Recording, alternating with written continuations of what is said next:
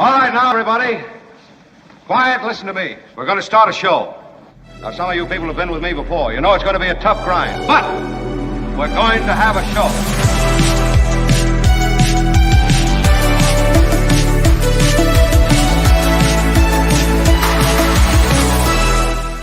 And hello, all. My credibility glasses were just donned. I have full credibility for today's breaking news. Yes, thank you for that smattering of recorded applause. I am warmed by it, oddly. Kim is here. Kim, how are you? With updates on news. We actually do have some breaking news out of Great Britain we'll get to in a moment. And Albert is thank here. you. Albert is the commissioner of sports on this show, and we're in the middle of March Madness. Courtney awakened this morning with the desire to know what the standings were in March Madness. This is the fever that has gripped so many, Albert. Those who are involved in March Madness, where we pit one drop against each other, another, and all of them go up against each other for the next, couple of weeks, I think, as March Madness continues.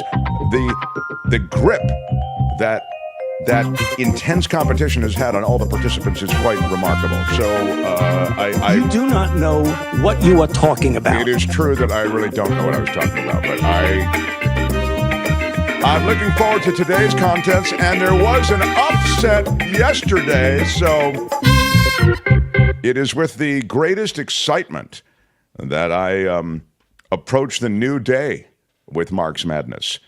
This is a radio show on KGO Radio in San Francisco that came to YouTube and across the spectrum of podcasts when KGO Radio went away. Mark, why is Courtney's bracket better than yours? Asked Daniel. That is a great question.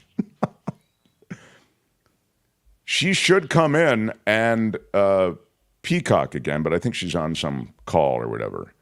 But where was I, Albert? I can't recall. I was about to say something quite significant. Oh, we were born of the radio station. So we were doing this, March Madness, on the radio station for the last few years. In fact, the last year we did it, I noticed we had 266 entries last year in March Madness, Albert. Now, was that when we were on the radio or were we here? No, I think we were here already. Last year weird. was our first digital one. Yeah. Yeah. What we do have here is 29,000 subscribers, everyone. And that is pretty amazing given the fact that we just are all word of mouth. We have no kind of special YouTube metric that we can play. And so I'm really excited that so many of you have subscribed. We try to give you the best we can every day. And, hoping for 30,000. And all I can say is, again, thanks everybody for being here, in addition to the subscribing, which is, of course, free, in addition to participating, which is all free. Everything, March Madness is free. If you throw a super sticker, super chats, that, of course, supports the show. And Patreon and PayPal is the way, on an ongoing basis, you can support this show. Now, Albert, I want to first address what happened yesterday in March Madness, and then we'll get to today's contest. So could you tell me and remind everybody what was up for March Madness yesterday, please? Yeah. Yesterday we had Grady Situation versus 35% Idiots, which is a Jim Ovilus drop. Oh, yes. What he's got going here is a situation. There's always been, in this country, 30 to 35% idiots. That's right. Okay, that's pretty good.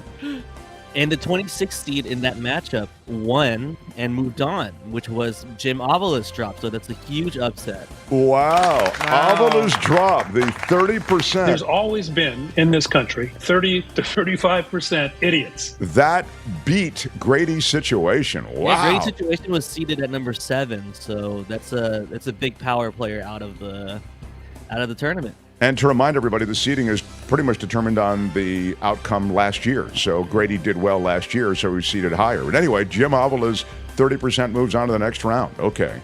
And what was the other result from yesterday?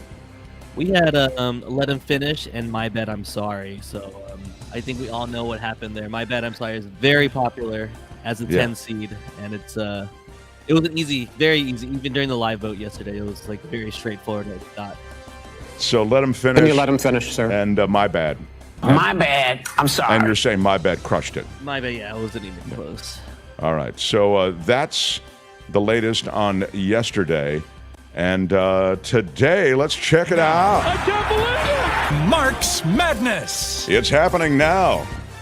This is it. You'll vote for either. You know, they do this to me all the time. I don't know what the hell they do it for. Or you'll vote for. It was wrong, it was stupid, and I'm trying to be a better person. Again, vote for either. You know, they do this to me all the time. I don't know what the hell they do it for.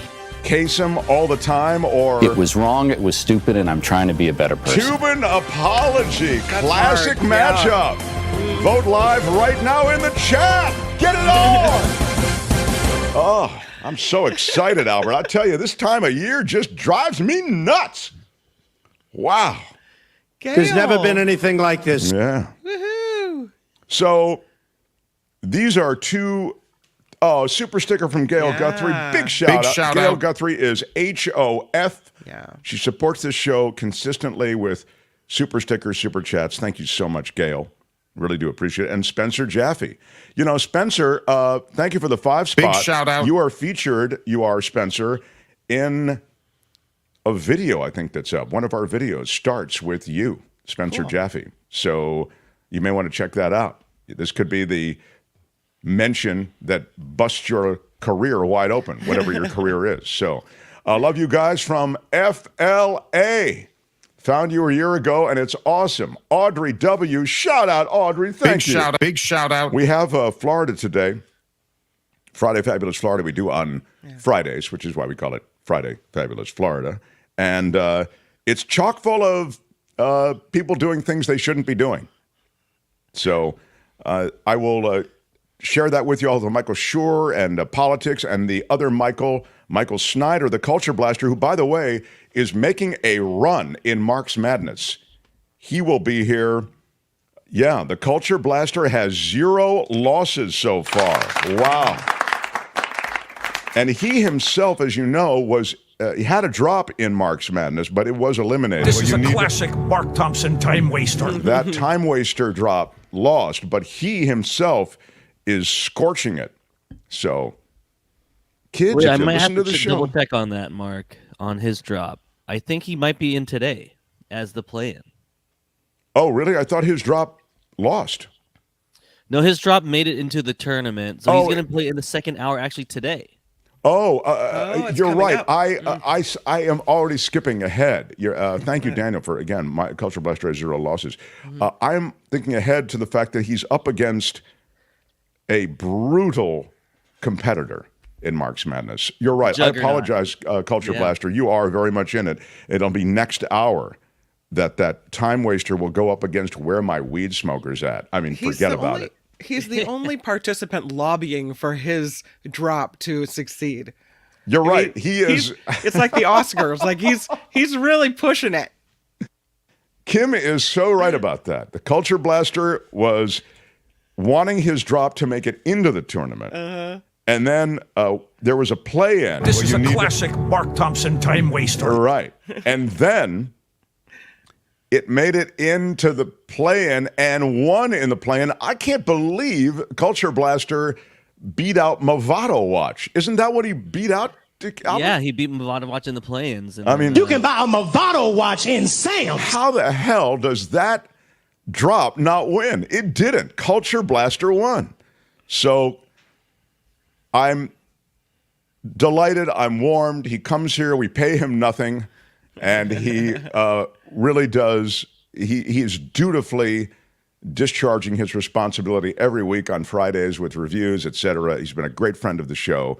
He's even made some great guest suggestions along the way. So I'm glad Michael is still alive, both with his drop and with his picks. Snyder's time-wasting drop is my favorite. It's so apropos multiple times. How dare you speak to me that way? What? Yes. Apropos is a ding word. And he'll have one last chance to campaign for during his segment today for his drop. That's right, because his segment will air during his. Yeah, it had to happen. It's perfect. So that's your update on Mark's Madness. Albert, I want to... The Mark Thompson Show. Did you tweet, sir? I know the answer is no, because we had a lot of stuff going on before the show, but neither one of us tweeted. So can you tweet so I can retweet you, please? Yep. Thank you guys for sharing the show the way you do. One of the reasons I think we get to where we are, and we're just a homegrown show, and you can see all the stuff is coming together. We're at 29,000 subscribers because you share the show. So you take a segment, you take a short, you take a video, whatever it might be, and you throw it up on Facebook. Kim does that. That helps us, you know. Within the show, that makes a difference. But when you do it outside the show, that is to say, when you put it up on your social media, on Facebook or, again, wherever, I think there are a lot of Facebook viewers who are old KJO listeners who don't even know we're here. So they might be followers of yours or friends of yours on Facebook. When you share the show there, it does make a difference and grows our footprint. So thanks for that. Now, The Mark Thompson Show. Let's do the breaking news first, and then I will get to the Trump windfall. I have the video I was going to say. Are you interested in looking at that?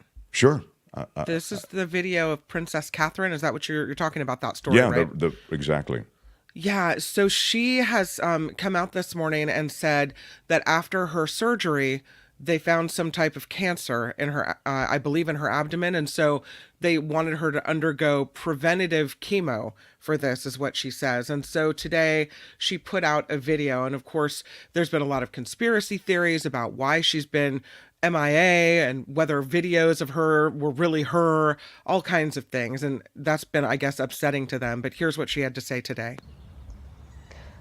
I wanted to take this opportunity to say thank you personally for all the wonderful messages of support and for your understanding whilst I've been recovering from surgery. It has been an incredibly tough couple of months for our entire family, but I've had a fantastic medical team who have taken great care of me, for which I'm so grateful.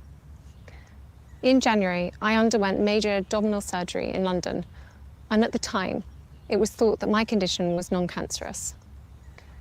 The surgery was successful.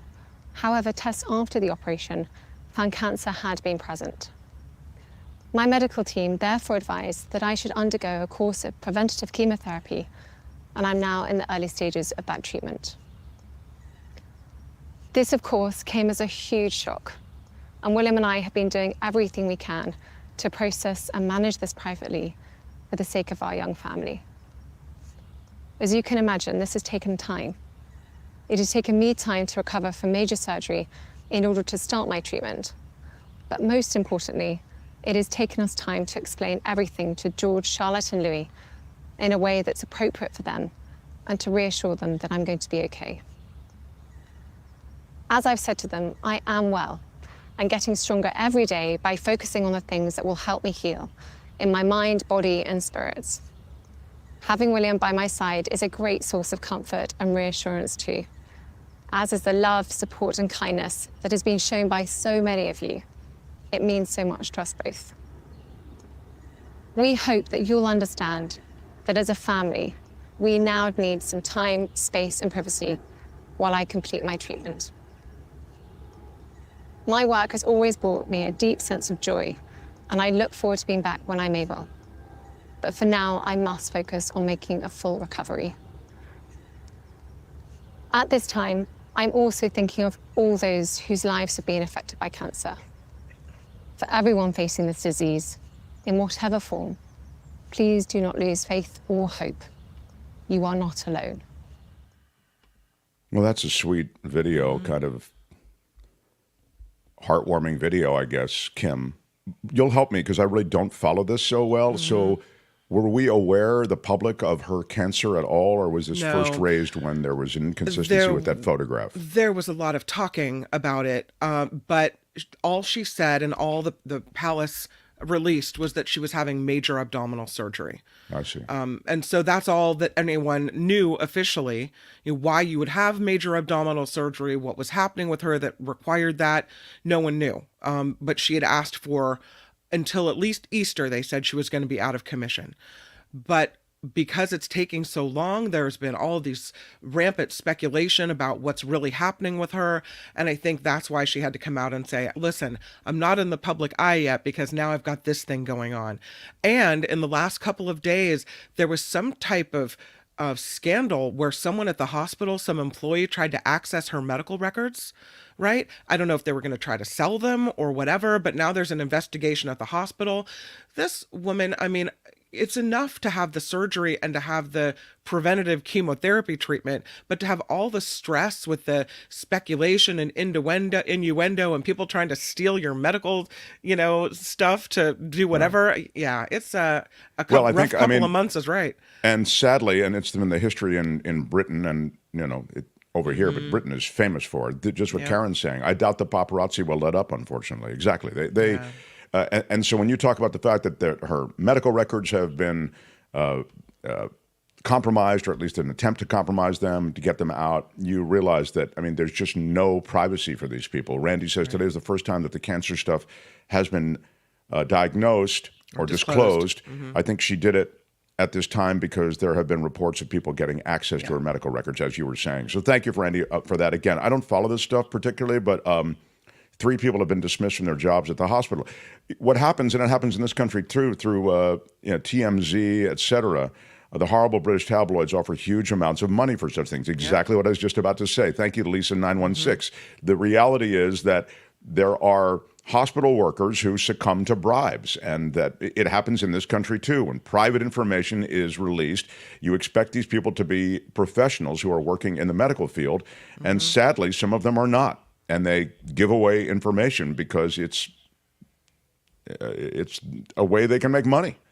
They have access to stuff that, I always think, well, these people are professionals. The fact that I'm getting into a gown or whatever, no one's looking at my private parts or whatever. These people see this crap all the time. The reality is, not all of them are professionals, and there's a quality of, and then you can go the whole extreme there, right? There's all sorts of misbehavior of all kinds, criminal misbehavior. There's negligence there. So the medical profession is populated by the full spectrum of people who populate the world. Some of them are great, some of them are super professional, and maybe they are in the lion's share. But all you need is a handful to release this information that is private. And money and greed, they rule the day. And so anyway, that's that. That's the breaking news of the moment, prompted by that whole thing with the picture that looked like it was doctored, and now it appears anyway that the royals and the palace, maybe is the way it's referred to, is going to go with like the real story. Get her out there and, vulnerable and everything. And that kind of was didn't you feel that, Kim? That was kind of the vibe there, I thought. Yeah, I thought so. And maybe it was a preemptive strike before someone tries to sell her medical information. I don't know. But what her platform that she has and how she can, as she said at the end of her video there, if for other people suffering from cancer, you're not alone. The way that she made herself seem more human, right? And, relatable to people. I think that was an important move for her. So which cancers specified did Calvin say? I think she didn't specify. She didn't specify. We don't know if it's ovarian. We don't know if there's some other organ involved. She didn't say what cancer, but they did find it during her abdominal surgery. So one would expect that was it, unless it was the primary somewhere else and metastasized there. We don't know. Okay. Thank you. Metastasize is a dang word. Thank you. The Mark Thompson Show. Donald Trump, everybody's favorite ex-president, could be coming into some real loot, my friends. What? Yeah, you better believe it. There's never been anything like this. Oh, my gosh. Saudi Arabia pays cash. It's not Saudi Arabia, sir, but your Truth Social on the public market may yield you, Donald Trump, $3.5 billion. What? Yeah. Well, it's it's a little more complicated than that, and I'd like to explain briefly why it doesn't help him on the bond that he needs to post. So what? No, I know. It seems like, wow, he's got $3.5 billion. He'll have that bond money, and he won't even put a dent in the rest of the money that he's going to get. So this social media thing, and to Trump's credit, look, I'm not a Trump fan, as you know, but I'm going to call balls and strikes. The one thing the guy has done really well is worry about his brand. And he has this ability to build this brand. Now, you and I might think it's a damaged brand. We might see him as a lawless moron who's reckless with his verbiage, who is racist, anti-Semitic, who's on the take, who's completely corrupt, who doesn't care about anything but himself. But there are a bunch of other people who don't see life that way. And they see Donald Trump as a billionaire business person who was the best thing for this country, and he talks tough, and he takes down the libs, and those people populate Truth Social. And Truth Social's popularity helped build this brand to the point that they can take it public and make billions of dollars with it. Now, even as I say that, you should know that Truth Social recently has lost a lot of users. So a lot of people who are on the Truth Social network and platform, they're not there anymore. In fact, they're down 26% in the last few months. Still, it's something of value. And as they take it public, that is money that will go to Donald Trump, but it won't go to Donald Trump right away. There are oftentimes provisions, particularly with these startups, that prevent those who are initial stockholders and those who are founders with founder shares, and they have big chunks of stock, there are provisions that prevent them essentially from dumping their stock right away. If every founder was going to dump his stock right after the IPO, well, that would just take everything down like a stone. Every single IPO would just sink to the bottom of the ocean. So for that reason, many of these IPOs have the assurance, effectively, that those people with founding shares won't be dumping their stock right away. And similarly here, there will be restrictions on what Trump can actually do. He has to wait 6 months until he can tap into any of this money. The approval by shareholders of a merger of Trump's social media platform, Truth Social, with a blank check company is set to more than double Trump's net worth, at least at first glance on paper. Right, because it's a paper fortune. The estimated $3.2 billion windfall they're saying here, this is from MarketWatch, may give Trump all that money from the deal. It could eventually fatten his wallet, to quote from the piece, but it may not come in time to help Trump out of his immediate financial crisis. This is what I was saying. He's going to come up with $464 million bond on Monday, as you know, to appeal the corporate fraud conviction. That was all for misstating the values of his assets for years to get better lending and insurance rates. If he is unable to come up with the money, they're going to, the state of New York begin the process of seizing his assets to cover that huge penalty. Now, his $2.6 billion, his existing fortune, they say, as estimated by Forbes, although David K. Johnston would tell you he doesn't even have $2.6 billion, will trigger even more problems for Trump, who also faces 4 criminal trials. And then it goes on about his trials. But what I wanted to speak to is this. A Trump Media and Technology Group, which operates Trump's social media platform, Truth Social. Stay with me. So we're still talking about Truth Social. They'll take over the stock ticker of this Digital World Acquisition Corporation. All right. This Digital World Acquisition Corporation is a SPAC. A SPAC is a shell company, essentially, that's created before an IPO to allow investors to pour money in, okay? So this new company is going to trade under the ticker of DJT. What a surprise that is. Who's pouring money into this? I mean, isn't that important to know? There's never been anything like this. Well, I mean, it's about to be a public offering. So people who want to be in on the IPO, they are pouring money in. But I mean, you're right if you're suggesting sort of by that question, aren't these Trump's rich right-wing friends? Or just rich friends who want the tax cuts that the guy is all about or whatever. Supporters people that from, way. People from Saudi Arabia, people from other countries. If he wins, is he going to be beholden to people for pouring money into this shell company? Does no one care about that?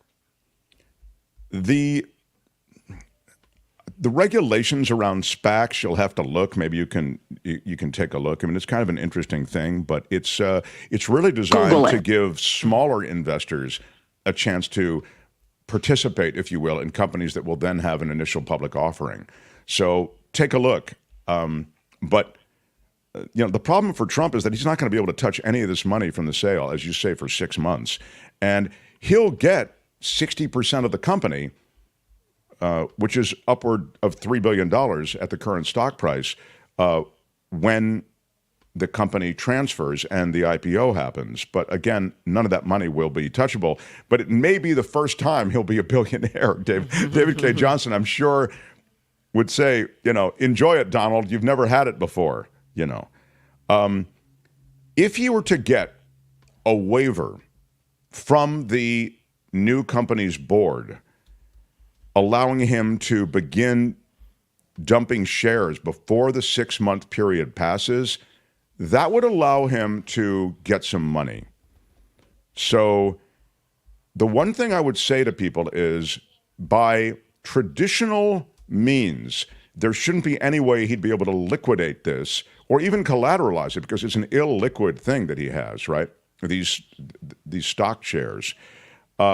There wouldn't be, by traditional means, any way he could get that money. But I'll remind you, the board that could vote on a waiver for him to allow him to dump some of these shares, that board is populated by who?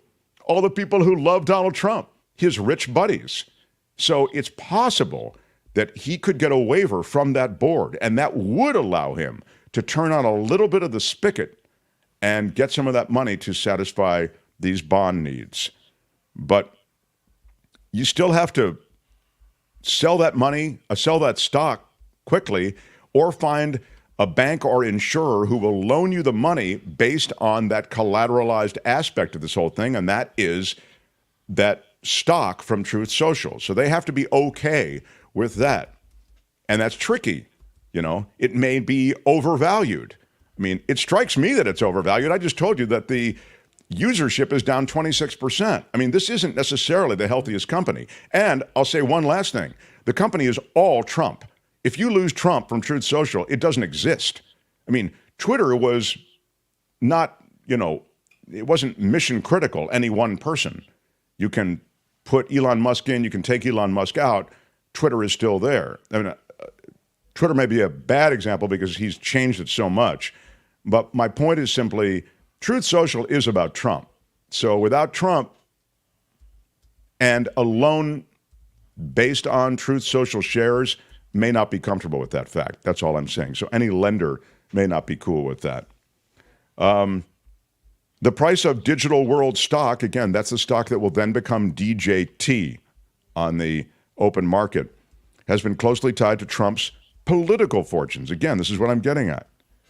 Less to the actual performance of the company. Yeah, no kidding. There is no company. The company loses money, has a small audience, but the stock has shot up nearly 40% since the beginning of the year. Or the price of that Digital World stock, okay? Much of those gains coming after Trump won the New Hampshire primary, putting him on a clear path to securing the Republican nomination for president in this year's election. But in this last week or so, the stock has fluctuated as much as 20% as the merger approval draws near. Truth Social loses money and barely eked out $3.4 million in revenue in the first 9 months of 2023. The money from the merger could also become a target of Letitia James and Trump's assets, right? So there's a lot going on here. Yep. It's not a guaranteed bailout for him, as we've talked about the 6 months. Even if he was to get a waiver, it may be hard to dump the stock quickly or to get an insurer or bank to be good with that stock and let that stock be collateral for whatever loan you're getting. And this just in, the Letitia James arm of the law in New York may come after that. So all of those things are in play. Wow. New York City is paying $10 million a day to feed foreign nationals, says Chris. Is that what you get from this, Chris? And that's applicable because... Yeah, right. And that's right. I just stopped by. You know, Chris is like a guy driving by and shouting something out the window of his car that's really like, yeah, and you're all a bunch of liberals. Thank you. You ruined this country. Thank you, Chris. Try to stay on topic if you could, pal.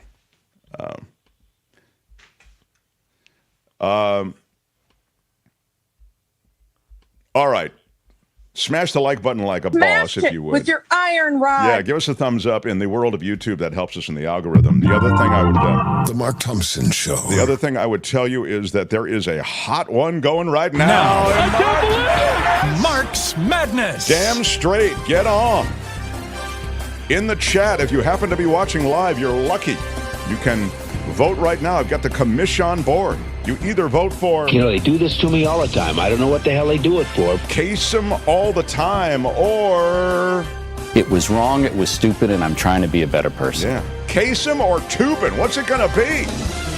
You can vote till midnight tonight in the community section of our YouTube channel, and good luck. And what's the voting like so far, Kamish? It's very close.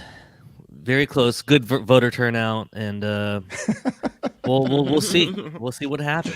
All right. It's fantastic. I'm trying to be Kornacki terms here. Yeah, I'm trying to be Kornacki. Yeah, you don't want to give away too much with the early precinct voting. You don't want to commit. All right, we've got a good one going. Kim's News and Friday, Fabulous Florida. Next, Mark Thompson Show.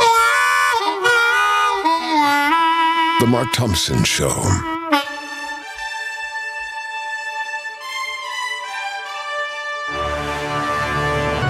On the Mark Thompson Show, I'm Kim McAllister, and this report is sponsored by the amazing people at CoachellaValleyCoffee.com. But first, let's talk again about Kate, Princess of Wales, who did release a video today, as we saw here on the Mark Thompson Show, releasing that she has been diagnosed with cancer. She made the announcement in a video message today saying she is in the early stages of treatment. She said tests after a planned abdominal surgery in January found that cancer had indeed been present. Reports say that gunmen have opened fire inside of a popular Moscow concert hall. That's what it looks like. You can see the fire, rising from the building. The Russian news agency TASS is reporting that a number of men in combat fatigues opened fire. There may have been multiple deaths, a number of wounded victims, but reports of gunfire and then this blast, which resulted in the fire that you see here. A $1 trillion government spending bill to avoid a partial government shutdown is now in the hands of the Senate. The House passed the bill this morning. It went 286 to 134, passing ahead of tonight's midnight deadline. President Biden says he will immediately sign this bill, which includes funding for the Departments of Defense, Homeland Security, Labor, and Health and Human Services as well. So looking to sign that and sign it in a real hurry.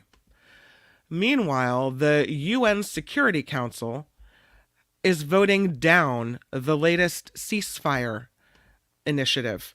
Here's a picture of the UN Security Council, just because you got to have one, right? Russia and China voted against the U.S.-sponsored resolution, which warned against an Israeli military offensive in Rafah. The resolution also condemned restrictions that prevent aid from entering the Gaza Strip and condemned all acts of terrorism, and that includes the Hamas-led attacks of October 7th. Again, the UN Security Council voting down a Gaza ceasefire resolution. After a year in limbo, it would appear that the city of Oakland finally has an Oakland police chief. It's been a while. It's been a long time coming, but here we go. Yeah, and here he is. Look at that. Mayor Sheng Tao announcing today Floyd Mitchell is the new top cop. He's coming from Lubbock, Texas, where he held the police chief position there. In a statement, Mayor Tao called Mitchell a strong leader a smart crime fighter. The city had been without a chief of police since Tao fired LeRon Armstrong in February of last year for his part in allegedly covering up a police hit-and-run collision. Armstrong sued Tao and the city last month for wrongful termination. That case is still playing out. This guy's from Lubbock? Yeah, well, he's most recently from Lubbock. Somewhere he came from, I think, Kansas before that. But he's from Lubbock, mostly. Right, I've never taken as good a publicity picture as this guy took. It's pretty good. I'll say that. He's a. Can I say it? He's a handsome guy. Yeah, he is. A great smile. Uh-huh. We need some law and order around here, though. Come on. I think he might be the guy to do it. At least they've got someone to do it. Things are getting out of control in Oakland. They need somebody to crack the whip. Yeah. Come on. Maybe he could start on Hagenberger. That seems to be a trouble spot. I don't know. It's, like they said in Jaws, you're going to need a bigger boat. I mean, it's Hagenberger's got a lot of trouble. Hagenberger is where it's at. Anyway, good luck to him. Yeah. A third man is now facing a murder charge in connection with the shooting at the Kansas City Chiefs Super Bowl victory rally. Terry Young, also charged with 2 counts of armed criminal action and unlawful use of a weapon for the incident that killed 1 woman and injured 23 people. The 20-year-old's charges follow 2 others, Lindell Mays and Dominic Miller, who were charged with second-degree murder and multiple weapons counts there as well. So at least something is being done at this. This was a I think it's great that they got these guys, but it's just such a comment on this culture, that this celebration could be destroyed like this. And by the way, it was the result of some kind of dispute, wasn't it? It was, and not even some kind of a fight breaking out, disagreement breaking out, not someone intending to shoot up the crowd, but that's what ended up happening. Yeah, exactly. Yeah. Shohei Ohtani. He's, speaking of good-looking fellas. Oh, he's great looking. His representatives are asking for an investigation into what's been called a massive theft from the baseball star. It's unclear which law enforcement agency has been contacted. Yesterday, or Wednesday rather, it was reported that $4.5 million in wire transfers were sent from Ohtani's bank account to a bookmaking operation. You're saying yesterday this might not be as it seems.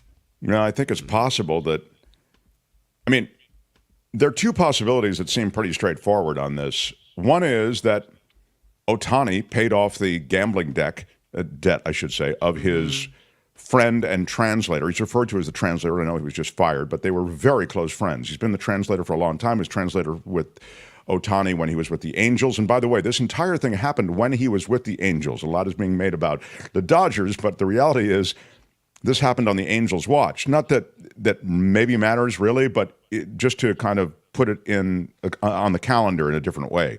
Anyway, it's one of 2 things. He paid off his friend's gambling debt. His translator, the guy he throws on the side with, the guy who's been with him, is really, his right-hand person. He paid off his gambling debt, the guy's gambling debt, the friend's gambling debt.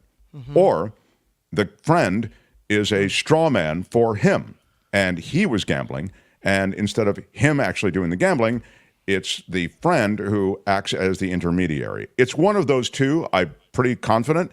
That's not what is being said. It's being said somehow that $4.5 million was stolen from him. That is on its surface, an unbelievable kind of narrative. I don't know how you would transfer that money without being part of it in some way. It's not really easy to steal $4.5 million without enough people reviewing it, enough people being involved in the process, raising some eyebrows. So I don't buy it. I don't buy the stolen part, but...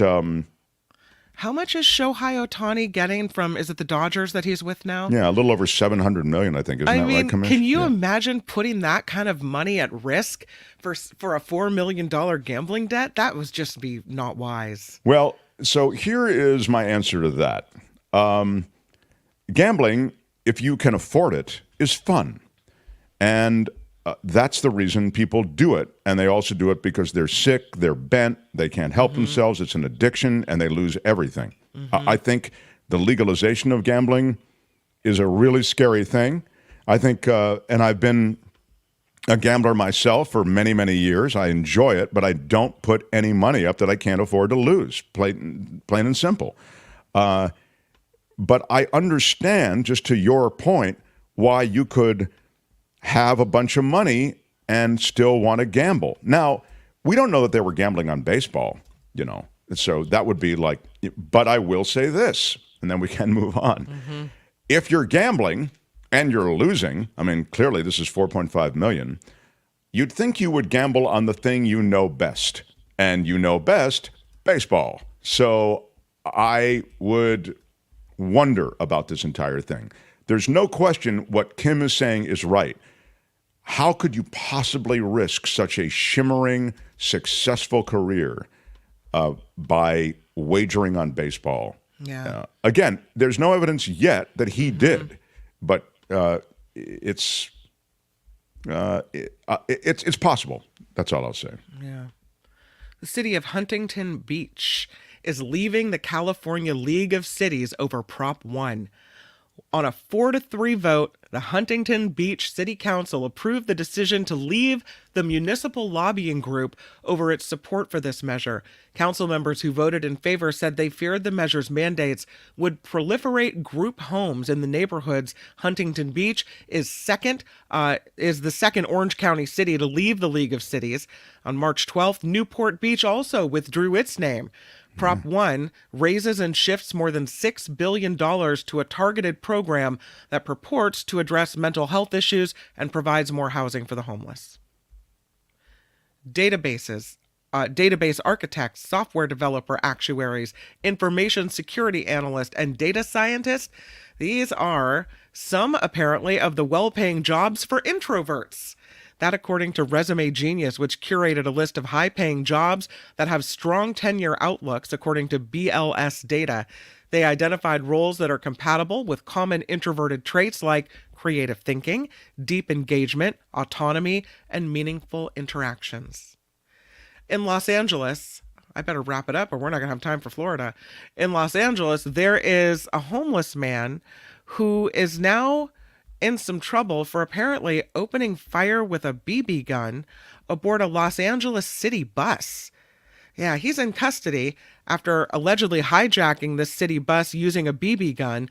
It wasn't clear that it was a BB gun at the time. He's holding the gun to the driver's head, I guess. Scary. Authorities said he was the last person on the bus, approached the driver on Wednesday night. He ordered the bus driver to travel to multiple locations, hitting multiple vehicles along the way. As the bus neared the Ritz-Carlton Hotel, about 2.5 miles from where it was hijacked, the suspect grabbed the wheel and caused the bus to strike several cars before crashing through a wall into that hotel.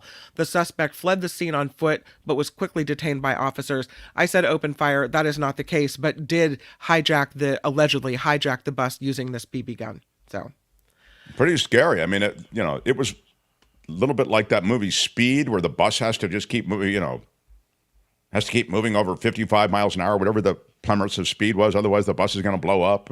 Yeah. In this case, you've got a guy with a gun to your head, and you've got to just keep driving, and he's telling you to drive, and a ton, as you said, a ton of people involved in this along the way. So scary.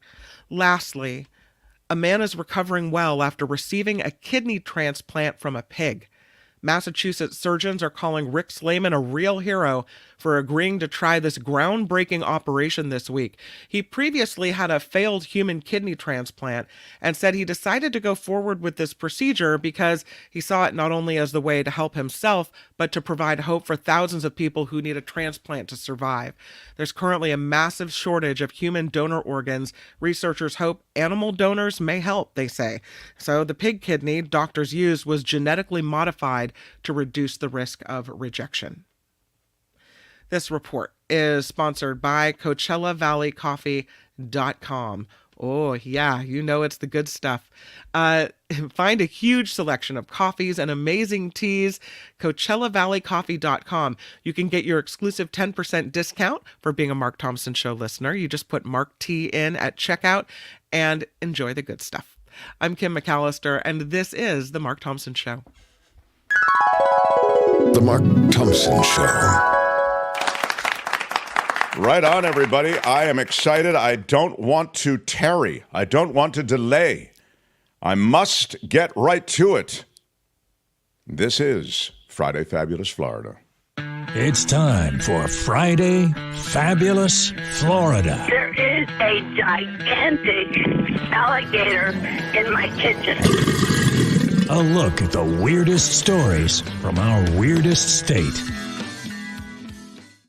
Let's start in one of our favorite places to start in Florida when it comes to misbehaving, and that is a gas station, everybody. No. You know, that's where the real throwdowns go down.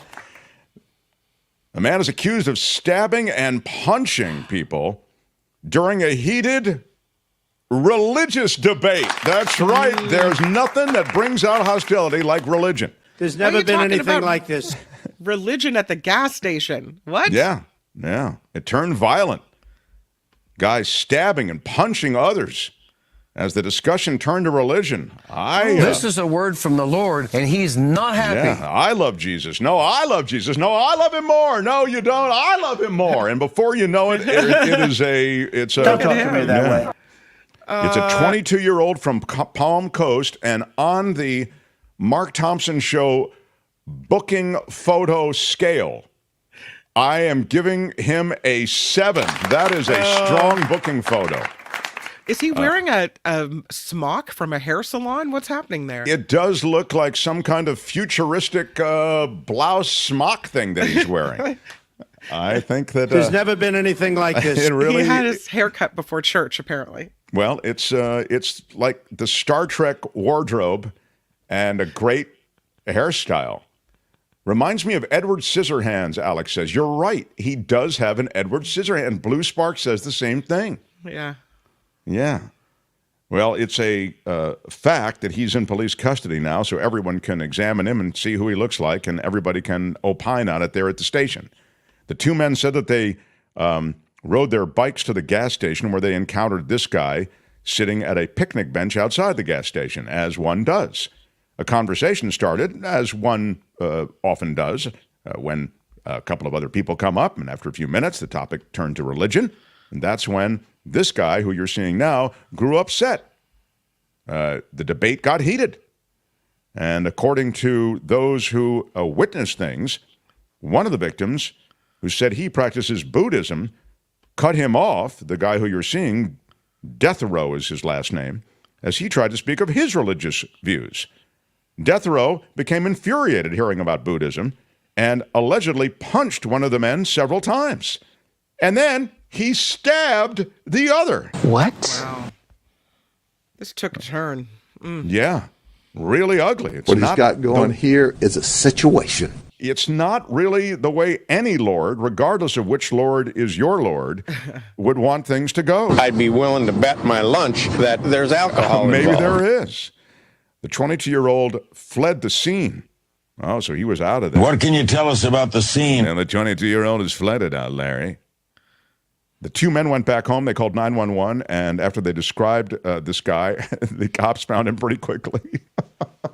I'm laughing because, he does have a very distinctive look. Yeah. All I can say is, remember, politics and religion, it can get a little bit intense. This is the guy with dreads wearing a smock. Yeah. Yeah, right, exactly. A dude is left paralyzed after he was injured in a police van, and he is suing now the St. Petersburg, Florida cops.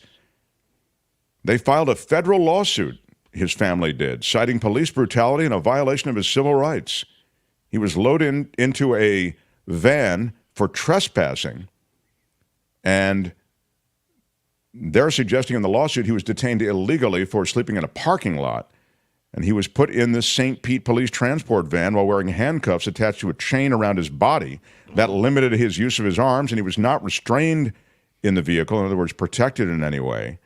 And as a result, when the van was driven in a reckless manner, again, this is what they're alleging, and intentionally slamming on the brakes, another detainee riding in a separate area of the van was shouting that this guy had been hurt, repeatedly kicked the transport van's inner wall 4 times to say, hey, what are you doing up there? The video from inside the vehicle shows when the guy who is suing slid off the bench and hit his head on the bulkhead of the van, knocking him unconscious. Oh, no. The suit is alleging that they checked the cameras and saw the guy motionless, but did not check on him until they reached jail. Oh. They didn't pull over. They didn't check on him. They didn't render him aid. They just kept driving, said the attorney representing the family. Then when they got to the jail, they didn't treat him like a human being. They literally pulled him out by his ankles. Not so cool. That is an ongoing suit, and it's not the first one like it. You remember, I believe in Baltimore, there was a guy who was killed in a police van in many of the same alleging ways. that they did it on purpose, right? That they kind of try to beat people up by the slamming on the brakes and the not putting of the seatbelt on, and that people get banged around in there. Exactly. Yeah. Albert putting a heavy story in and a provocative story in Friday Fabulous Florida. Albert is kind of growing up. He used to have a certain, he liked just mayhem and craziness, but now he's thrown in a provocative, thought-provoking story. Very well done, Albert, the commissioner. Albert, thank you. Yeah. In a way, the cops are also still Florida men and women, unfortunately, as well. That's to the what detriment of their own people. So, A Florida woman is accused of flipping off deputies while driving erratically on the grass. Wow. That's not going to end well. I'd be willing to bet my lunch that there's alcohol involved. I would bet your lunch on that one. I dare you to give me a ticket. Darla Rachel Vidal, who is pictured here and on the Mark Thompson Show booking photo scale, I'm giving her an 8, everybody. How about that? She looks good. She's got a little smile going on there. Yeah, she really looks good. Oh, my God. Okay. It's because the drugs haven't worn off quite yet. She's 35. She's facing 1 felony count of resisting an officer and 1 misdemeanor count of resisting an officer following this incident. It was 2:25 in the afternoon. What could possibly go wrong? A deputy saw her driving a car on the grass at a high rate of speed. Oh. On Key Deer Boulevard, a fan favorite, Key Deer Boulevard. She reportedly did not stop, continued to swerve from the road and back onto the grass. And at one point, she waved her middle finger at the deputy that was attempting to pull her over. Wow. What not to do when you're confronted by police. Yeah. They pay me a lot of money for having attitude. Okay. Heather says she is not sorry, and I am here for it. After nearly striking a deer, she stopped on Pensacola Road and ran toward the deputy, screaming that she hates police. Again, maybe not the best time to share that information. Deputy said that she also told the deputy to shoot her. Well, she was arrested and booked into Monroe County Jail. Good day, sir. How am I doing on time, Albert? You'll watch it because when Michael Shure arrives, I only have him for 10 minutes, so you'll keep an eye on it. A Florida man rushed to the hospital early Sunday morning. A hunter, mistaking him for a turkey, shoots him multiple times. He Really? mistook a person for a turkey? Exactly, really? I don't necessarily buy that. What The have you been Bunnell smoking, Police sir? Department, yeah. You think that I'd be willing to bet my lunch that there's alcohol involved. there's alcohol involved with every story? You think? Yeah. Yeah, maybe. Police said the 911 caller claimed that that they thought they were shooting at an animal. So the guy shot him, then called 911. When they arrived at the scene, they found a man who'd been shot in the head and torso with what appeared to be birdshot. What can you tell us about the scene? There's a man who's been shot in the head and torso, Larry. The victim was airlifted to the trauma center. Officers spoke with the hunter who said he was turkey hunting when he saw 3 female turkeys on the road. He told police that he followed them and then saw what appeared to be a male turkey. Yeah, wearing khaki pants and a hat. He fired his shotgun, but in the low light, he realized it was a decoy. He then heard someone shout that they'd been shot. My bad. Yeah. I'm sorry. Yeah, that'll do it. Yeah, my bad. Is that we're reminiscent of the Dick Cheney situation? Oh, No, I my don't know. God. It's a truly... There's a reason that this place is fun. I guess. Everybody's got a gun and an attitude in Florida. I hate it when a hunter mistakes me for a turkey. So, yeah, exactly. He was a jive turkey, says John. Whatever happened to that jive turkey thing? That was like a 70s thing, huh? Alabama man high on mushrooms arrested with a parrot on his shoulder after fighting with Florida deputies. Wow, that should get everybody's bingo card. This happened in Florida.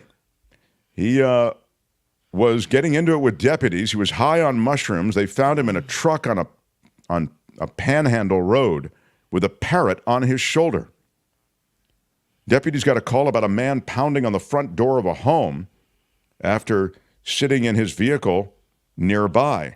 The homeowners asked the man to leave, but he would not comply. Then they called deputies.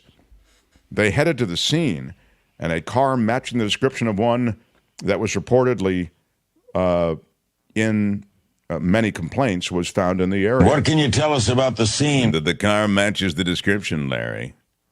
Deputies say the driver, later identified as Timothy Brandon Bowers, seen here, and sorry, on the Mark Thompson booking photo scale, no, I'm giving him a 4. Yeah, I'm sorry. That's generous, I think. Well, he was, looks like, involved in some kind of altercation. Yeah, he looks a little roughed up. They saw several weapons in his vehicle. They asked him to exit the vehicle. He was non-compliant and combative, and they deployed a taser. He was detained a short time afterward.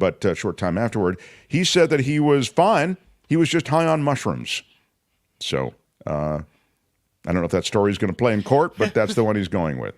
Yeah. I thought that was supposed to be a peaceful hallucinogen. Like, I didn't think that was supposed to make you fight back at the cops. No? Yeah, I think that is a story. It may not be. I'd be willing to bet my lunch that there's alcohol involved. Exactly. I think there is an alcohol involved.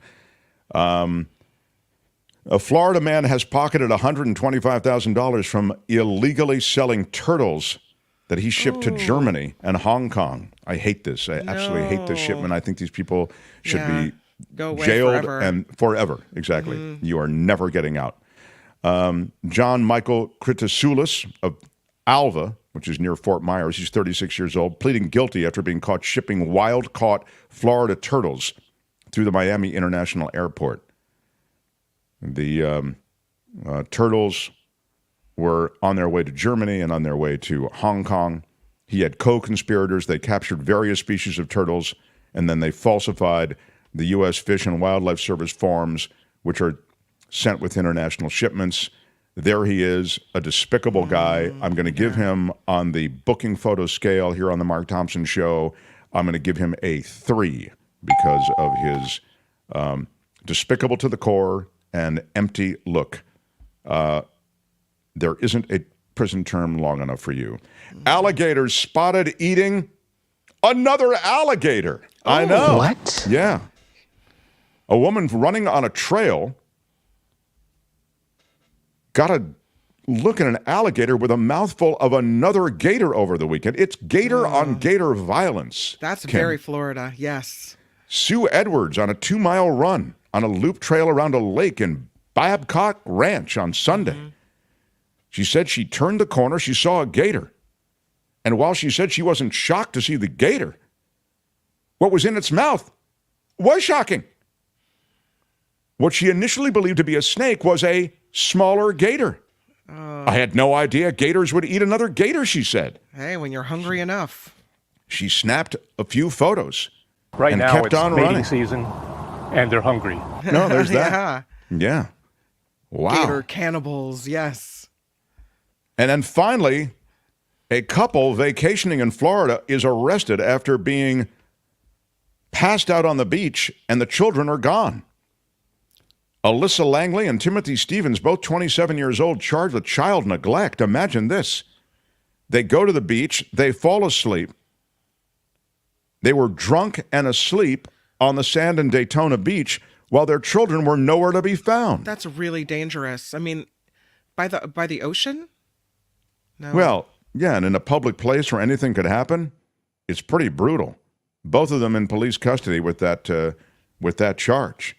Now, we don't like to do it, but we must. We must pick a favorite. And I'll remind you of those that you've just heard. Please indicate your favorite. Well, there's a lot of voting today. You're voting in Mark's Madness, and you're voting for your favorite Florida story. Just the write-in votes for Florida this week, because we have the Mark's Madness polls that are up right now. So right. So only the write-in here for for Florida. Florida man accused of stabbing, punching men during a heated argument about religion. That happened at a gas station. The Florida dude left paralyzed after that police van that he was loaded into was all over the road, stopped short. The family is suing the St. Petersburg cops. The Florida woman accused of flipping off deputies while driving erratically on the grass. The Florida hunter, mistaking a man for a turkey, shoots him in the head. Oof. An Alabama guy who made it to Florida was high on mushrooms with a parrot on his shoulder after he fights with Florida deputies. The Florida guy who trafficked thousands of turtles worth $125,000 to both Hong Kong and Germany. An alligator spotted eating another gator by the Florida woman, and then the couple vacationing in Florida passing out on Daytona Beach and their children gone. Very hard to pick a favorite. We must. It's in the bylaws of the show. I ask you, Kim. Kim, how are you? I was almost swayed by a great comment. It's a gator eat gator world out there. Yeah, it's gator on gator. I think I have to go with our friend in the smock. The friend in the smock is the religious debate at the gas station. You want to go? All right. Okay. Yeah, John Slade also agrees with you. I'll take the Holy Warriors. The Holy Warriors, very strong, John Slade. Albert, what is your pick? I like the woman flipping off the deputies because she did not care and she didn't have any regrets about that. So I like the conviction, and I like to stick it to the man, you know. So well, I will say this. For me, it is between the woman who was flipping the deputies off, and I think I got a little bit of a crush on her based on her booking photo, and also the heated religious debate where there's punching and stabbing between the Buddhists and the, I presume, I don't know what the other guy, what his religion was. The gas station come to Jesus meeting, yes. Yeah, I'm going to say that's my favorite. So I go with the gas station throwdown. Yeah. You can vote in the chat, and you can, of course, you can vote in comments anytime. Gator brunch, says Karen. And the people like the Gators. Gators is always a story. Yeah. Turkey hunter. Gators, says Chris. Yeah. And the turkey hunter story is pretty crazy. Good, how can you make that mistake? Come on. Yeah. Mushroom parrot fighter man, says Nancy. Alabama guy got caught by the Sharpie extension. That's a reference to the Trump thing. That's very funny. Religion argument. This is the word of the Lord, and he's not happy. Yeah, the religion argument is always a good one. That's Friday Fabulous Florida for today. This has been Friday Fabulous Florida. There is a gigantic alligator in my kitchen. Y'all come back now, here. If and when Michael Shure arrives, because I only have him for 10 minutes today, I'm told. So I want to maximize my time with him. Interrupt whatever we're talking about. Yeah, thank you. Right when he gets here. Michael Shure is kind of blown up on the internet. Have you noticed? No. He's always been a TYT contributor and he's done a big great. soda. He is a huge soda. Is the huge actual soda. term. Yeah. His viral videos are the ones that he does outside of those Trump rallies. In fact, Albert, maybe we could share one of those videos. I know you're kind of busy today, so. Please, and we were also busy with Mark's Madness, which we're actually in hour 2. So I see. Good. That's Albert's way of telling me, Mark, get it together. So, all right. The Mark Thompson Show. So, are you going to give me the results from hour 1, or do I just have to move on to hour 2? Yes, I just wrapped it up right now. Okay. So, this is hour 1, and it was a showdown in hour 1. Just to remind you, in hour 1, it was... they do this to me all the time. I don't know what the hell they do it for. It was Casey versus Tubin. It was wrong, it was stupid, and I'm trying to be a better person. Now, you can vote until midnight tonight, but this was the voting in hour 1 live. Kasem beating Tubin 55% to 44%. So that is the live voting. You can continue to vote in the community section of our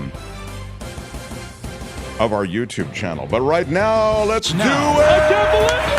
Mark's Madness. Damn straight. It's another hour. And it is one of our favorites and one of our favorite guys. This is a classic Mark Thompson time waster. It's Time Waster versus tough to beat. Where are my weed smokers at? Yeah, again, it's... Where are my weed smokers at? Versus the beloved Michael Snyder. This is a classic Mark Thompson time waster. It's classic time waster versus where are my weed smokers at, and go for it. I think that there could be an upset here. It's a 31 seed going up against a 2 seed. Yeah. I'd be surprised to see it, but I'd be encouraged to see it. I love that Snyder drop. This is a classic Mark Thompson time waster. Yeah. But I love Snyder too, but Sayonara, sucker. I don't think Tough to Where go are up my weed against. smokers at? Where are my weed smokers is the fan favorite. It's tough, man. Get nothing. Yeah, I don't know. I'm hoping, Michael. I'm hoping. I have a note here to remind people that the Mark Thompson Show is completely crowdfunded. We exist because of you. Thank you for those of you who have joined us through Patreon and PayPal. Our Patreon and PayPal links should be below this video and below most videos. You can go right to Patreon or PayPal. You can also give us super stickers and super chats. We love hearing from you. We post the names of everyone who is part of our Patreon and PayPal community every day at the end of the show. We update it once a month, so if you're a newer person, if you haven't seen your name or something, please let us know, because we do, once in a while, one gets into the outfield. Tony does it, and he's usually pretty good about it, but it's very possible that, one gets away. But my point in mentioning that is it's our way at the end of every show of essentially recognizing how important you guys are. There's no way this show exists at all without the Patreon and PayPal communities, because that's money we can count on, and we can pay the people on the show and cover our expenses, etc. So thank you all the ways that everybody helps. Makes a big difference. So, The Mark Thompson Show. On Fridays, we like to look back at what's happening in politics this past week. Certainly Trump has taken a lot of the headlines, and I'll jump on with Michael Shure in a second, but I did want to mention something pretty big happening with NBC and the former RNC chair. Thank you, Sandra Thomas, by the way, for the super sticker. I'm loving you at a 10 spot. Big shout out. Big shout out, and thank you, Sandra. And Wes jumping out early to visit the mouse in Florida. So he's going to Disney World. Have a good weekend, everyone, from Wes, and a $5 super chat. Big shout out, Wes. Big shout out. Yeah. The former chair of the Republican National Committee, Ronna McDaniel, she's going to be an employee of NBC. She's going to be one of those people on that panel where they, all riff on what's going on in the world. Was she an election denier? She was, I must tell you, I think that I'm trying to remember, honestly, whether she was an election denier or just played it down the middle. You know what I'm saying? Yeah. Kind of did that, the two-step that they do. Refused to acknowledge that Biden was fairly elected, is apparently what happened there. She obviously she led the Republican Party under Trump. So, she couldn't have been very outspoken about the election being legit if that was her boss, if you want to think of it that way. She promoted false claims about the 2020 vote. Yeah. Okay. And I will say this too. I mean, it's consistent because she ran his campaign, didn't she, in 2016? She ran that campaign. So here we go. She occasionally clashed with Trump. He complained last year about her decision to sponsor multiple Republican presidential primary debates. He did not want that to happen. Then she did urge Republicans to unite behind Trump after his victory in the New Hampshire primary. That got Nikki Haley ticked off.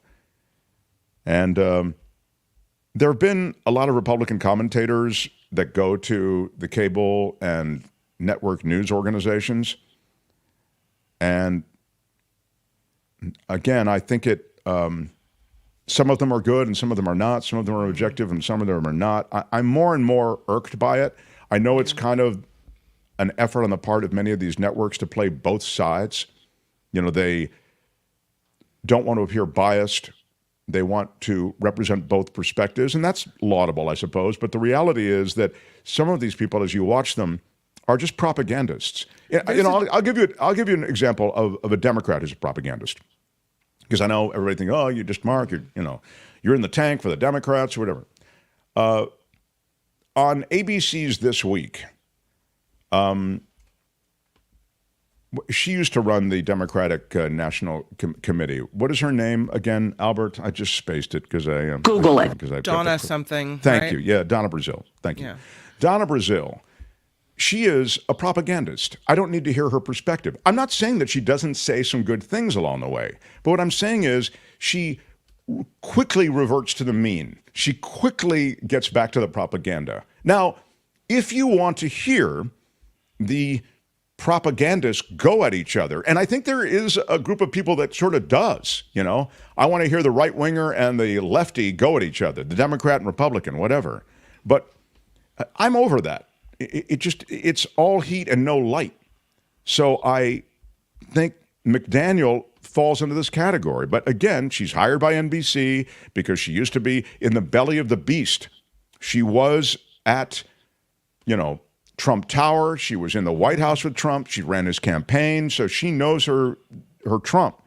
And to that extent, it can be instructive. And maybe she'll be good, But you look at Claire McCaskill and Barack Obama's former campaign manager. They're all people who have signed on to major news organizations as well. So it does happen. Chris Christie, I used to rail about Chris Christie on this show prior to him announcing as a presidential candidate because I felt that, well, there are a lot of reasons. I'm not a big Chris Christie fan, but I also felt he was really good, so I felt he was particularly dangerous. And again, he gives you that right-wing perspective. Now, finally, before I move on, there she is. I would just say that maybe when the dust settles, you do want two perspectives. And so to have two perspectives on your panel is good. I just find some of this to be more theater than anything I really want to, Isn't there a difference, though, between a different perspective and someone who has lied and is spreading things that aren't true? That's not someone you want on the panel. Well, I agree with you, although I would just say this. I mean, you can concoct this argument, which is, yeah, but you Democrats, you lie about, and then you can fill in the blank. You want to talk about the border, you fill in the blank about whatever. Now you may say, but we don't lie about the border. I don't know what you're talking about. I mean, but look, I think you can stack the GOP lies all the way to the sun before you can stack even, 4 feet of lies that the Democrats have told. But I do think politics is the business on some level of misrepresenting things. So I don't think the Democrats are with that. As you know, I'm not a fan of the two-party system. But I'm saying so many facts can be interpreted or reinterpreted from different perspectives. I certainly think you're right if the bottom line is, hey, look, she is an election denier. She was in bed with, not literally, I should say, but, she was on the side of a guy in Donald Trump who serves up lies like a short order chef. He almost says nothing that's true. I mean, it's a remarkable thing to watch him on the stump. He literally almost says nothing that is true. And so, I mean, everything is demonstrably false. So on some level, I agree with you. I mean, I think she's a reprehensible person. Please don't misunderstand me. I'm not thinking of it as a defensible move. I'm just trying to explain that's what they're looking for, is someone from the inside to now be a panelist on MSNBC and NBC. But I want to get to, is Snyder still not here? He may not. I'm not Snyder. Shure may not show. I wanted to get to one thing that is related to the state of California, and this is an ongoing issue, and that's insurance. State Farm Insurance plans to not renew 30,000 property insurance policies and 42,000 commercial apartment policies in California. One of the reasons is fire risk, they say. They have stopped writing new homeowners policy in the state, and that just happened last year. And then they raised rates by an average of 20% for remaining customers. And now State Farm is saying they're cutting about 2% of the total California policies so that they can remain in the state. In a non-renewal letter filed with the state, State Farm wrote, personal lines, homeowners, and dwelling fire insurance policies that present the most substantial wildfire or fire following earthquake hazards or that are in areas of significant concentration are no longer eligible. That's all a run-on sentence to say all of the things that are threats to life in... The only thing left out here was flood. For those reasons, they're not eligible to be reimbursed.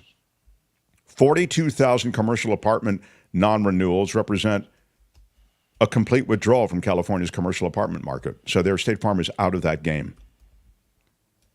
They applied last year for an average almost 40% rate hike with the California Department of Insurance for commercial apartments, according to public filings, but that department ruled the hike was not supported by data. They wanted more of a hike than was supported by the actuarial tables. Instead, they approved a 23% hike. The other 30,000 non-renewals include homeowners policies, rental insurance, and other property insurance, according to State Farm. This is only in California, okay? This is not in any other state.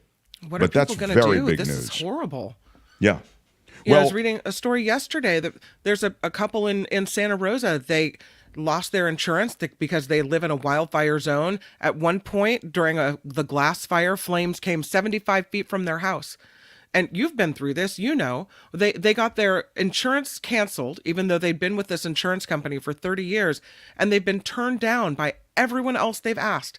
And so now they're in danger of losing their home because their mortgage company requires that you have insurance. So what do you do? Well, what you do is you sign up for insurance with the state, and that's the reason that the state insurance is available. But the state insurance, let's be honest, is inadequate. This is interesting from Just Give Me the Truth. California builds homes in places that are untenable in the long term. What a total waste. Then they have to be rebuilt and jack up new prices also. Yeah. Brian says, mine went up 27%, and we don't have wildfires or earthquakes. You get nothing, indeed. Thanks, Gavin, says Andrew. I don't know. It's Gavin on this. Andrew Peters just doesn't like Newsom or anybody Democrat. I mean, I understand you can criticize Gavin about a lot of things. I don't know if you can get him on this. Don't the insurance companies just want to be able to raise rates? Yes, but at some point, it's not worth it to them to be in a state where the claims are going to be so substantial that, they cut into their profits. There was an insurance industry report that I was reading yesterday that says for every dollar the insurance companies take in on average, they pay out $1.08. Oh, wow. Well, that says it then. Untenable is a ding word. Yeah. Okay. Thank you for that, Tom, the keeper of the ding. This is big, I think. Lack of home insurance is a huge problem in California. Don't the insurance companies have dramatic exposure in tornado-affected states, destruction of Californians' quality of life? Let me speak to this. You're right. It's a huge problem in California. And just what I was saying to Kim is that what's happening is that more and more people are going to have to sign on to California insurance, state-provided insurance, and that's inadequate, as you know. Not to mention the reservoir of money just isn't sufficient enough to cover the potential claims. That's the problem with State Farm and any insurance company in California. They're looking at that same problem, right? Great that you guys are paying premiums, but the claims will outpace our premiums. So that's one thing. The second part of your question or point, don't the insurance companies have dramatic exposure in tornado-affected states? Yes, but the amount of money that is required to actually rebuild or handle a lot of the damage in tornado-affected states, it just doesn't even match what it is in California. Everything in California is so expensive. So replacing the property, replacing lost possessions within the property, as you know, the process of rebuilding in California is just so expensive that, again, it outpaces the premium's ability to keep up. In tornado-exposed areas, I doubt that's the case. It's just not as expensive. And yeah, destroying Californians' way of life. indeed we have a problem, right? It's the urban wildland interface. It's places where homes are built in California. And this is not just in California. In Florida, it's along the coast. They have problems with hurricanes. In Texas, the same problem. The whole Gulf Coast, Louisiana, etc.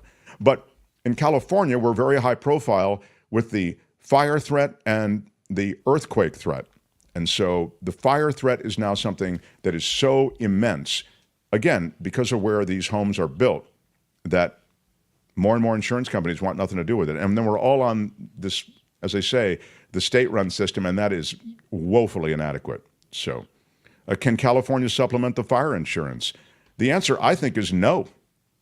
But they will, you know.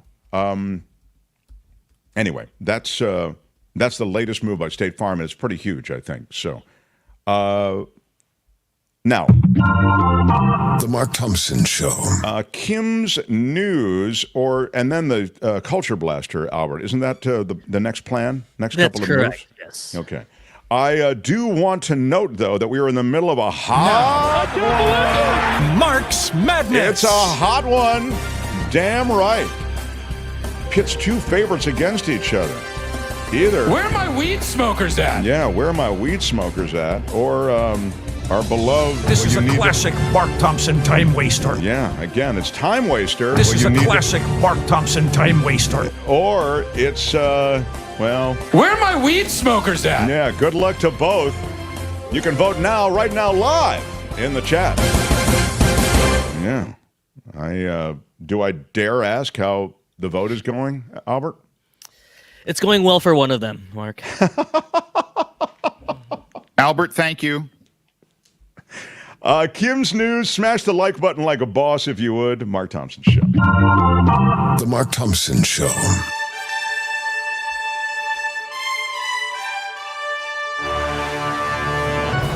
On the Mark Thompson Show, I'm Kim McAllister, and as mentioned earlier, the Princess, Kate Middleton, has been diagnosed with cancer. Princess of Wales making the announcement in a video message today. Kate says she is in the early stages of treatment and does have to go through preventative chemotherapy, is what she called it. There are reports after someone opened fire and that there was a blast at this concert venue in Moscow that as many as 40 people have been killed. Reports say as many as 5 gunmen with automatic weapons opened fire.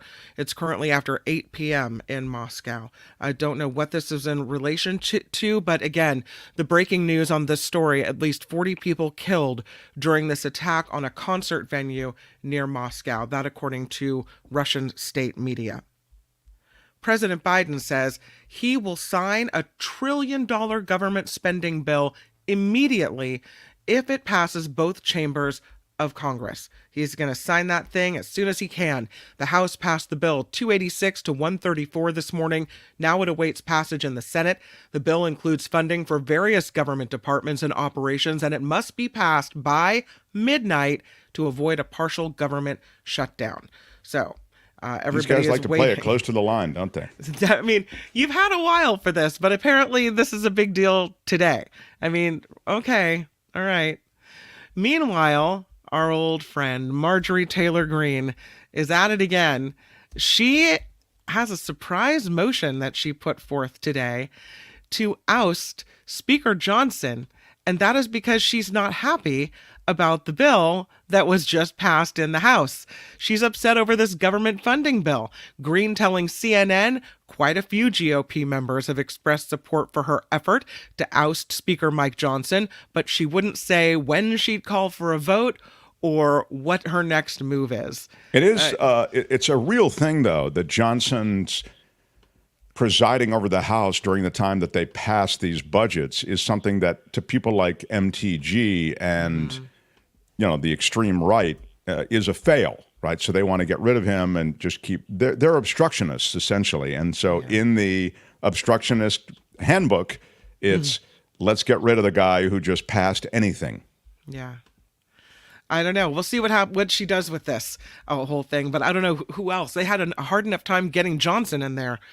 Well, we'll see what That's true. goes on. Secretary of State Antony Blinken trying to discourage Israel from conducting a military operation in the southern Gaza city of Rafah. Blinken telling reporters as he left for Israel, or departed Israel rather, that he had candid conversations with Prime Minister Benjamin Netanyahu and other top officials. Blinken warning the military operation would risk further isolating Israel. And lastly, Tennessee is doing something interesting. They are now the first state in the nation to pass legislation aimed at protecting music artists from artificial intelligence. Governor Bill Lee joining other politicians and some members of the music industry at Robert's Western World on Lower Broadway yesterday to sign what's being called the Elvis Act into law. The measure adds voice to the rights that are protected under Tennessee's publicity laws. The legislation is meant to stop the distribution of AI-generated voices that are meant to sound like the real person. So, Tennessee getting involved in doing this. This is the new frontier, you know. This is the new frontier. Interesting. I like the computer, the robot hand. Yeah, the like picture that? is quite impressive. I want to, thank yes, you. nice Thank job. you very much. Yeah. This report is crowdfunded, and that means that we do count on you for your support of The Mark Thompson Show. You can find us at themarkthompsonshow.com. The Patreon and the PayPal links are all there.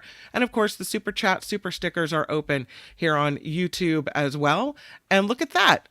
Throwing in for $10 with Blue What Spark. up, Blue Spark? Come on, Blue Spark, for a quick 10 spot. Yeah, big shout out. Big shout out. Very, very nice. Big shout out. I'm Kim McAllister, and this is The Mark Thompson Show. They had to close down an entire radio station to silence him. And now, he's here. Ladies and gentlemen, Mark Thompson.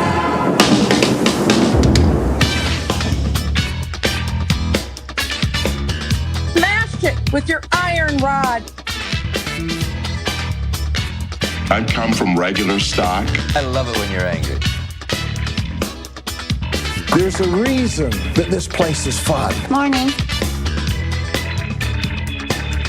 Don't ever use that word. What are the porn stars doing, Mark? Girl, you just woo.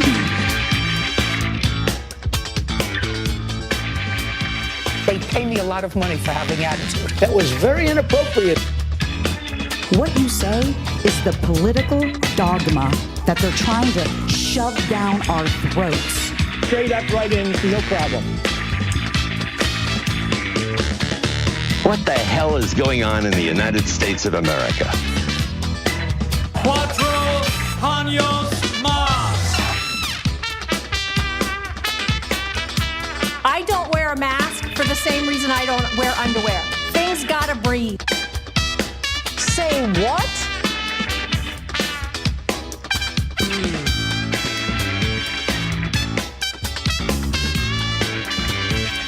Do you have a secret talent? You get nothing.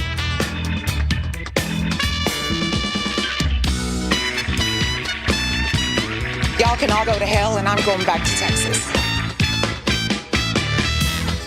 Out of time. Bye-bye. Did you really just do that? Right on, everybody. Thank you to our Patreon subscribers. Very, very cool to have you all on board, and to the PayPal subscribers as well, like subscribers, supporters, you know, that community.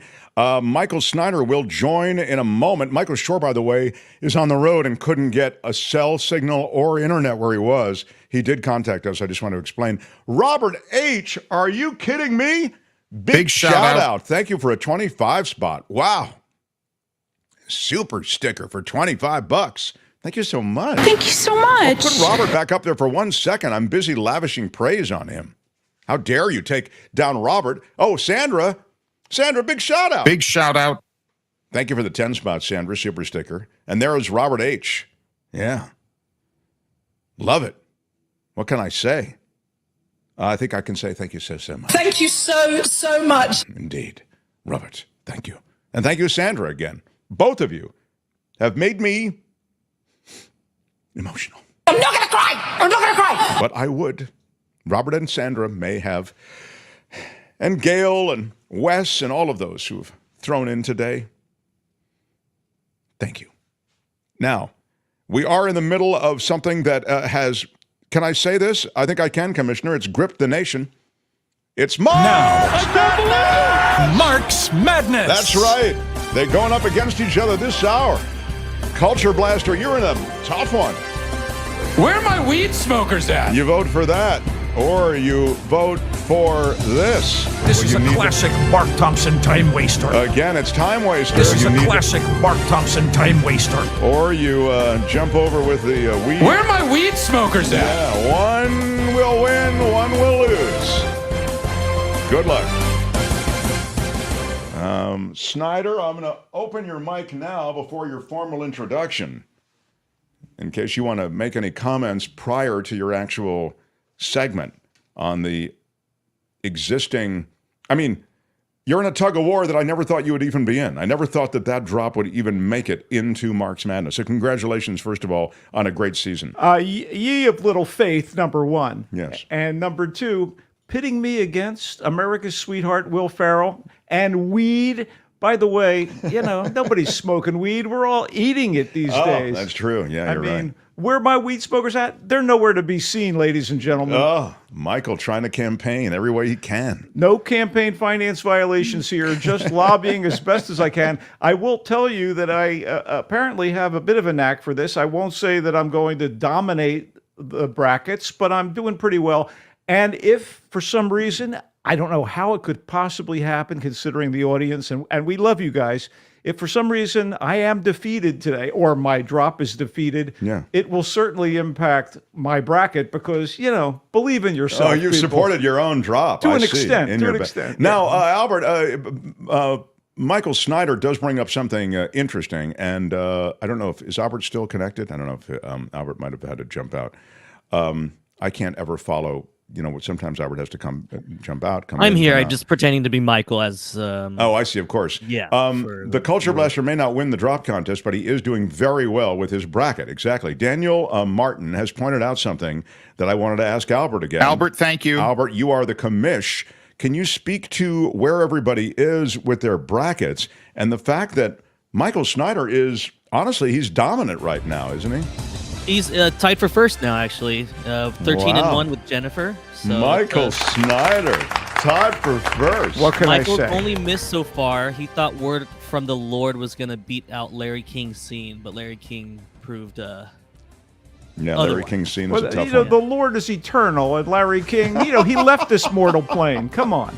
Well, I think you overthought it maybe a little bit. But look, who am I to say? Tied for first is really impressive. So I did well last year as well. And the crazy thing is, Mark, before we get to the serious business of the Culture Blast, I am not a big fan of college basketball. I prefer when the money is on the table as opposed to under the table. So I don't pay much attention to the college game, including March Madness.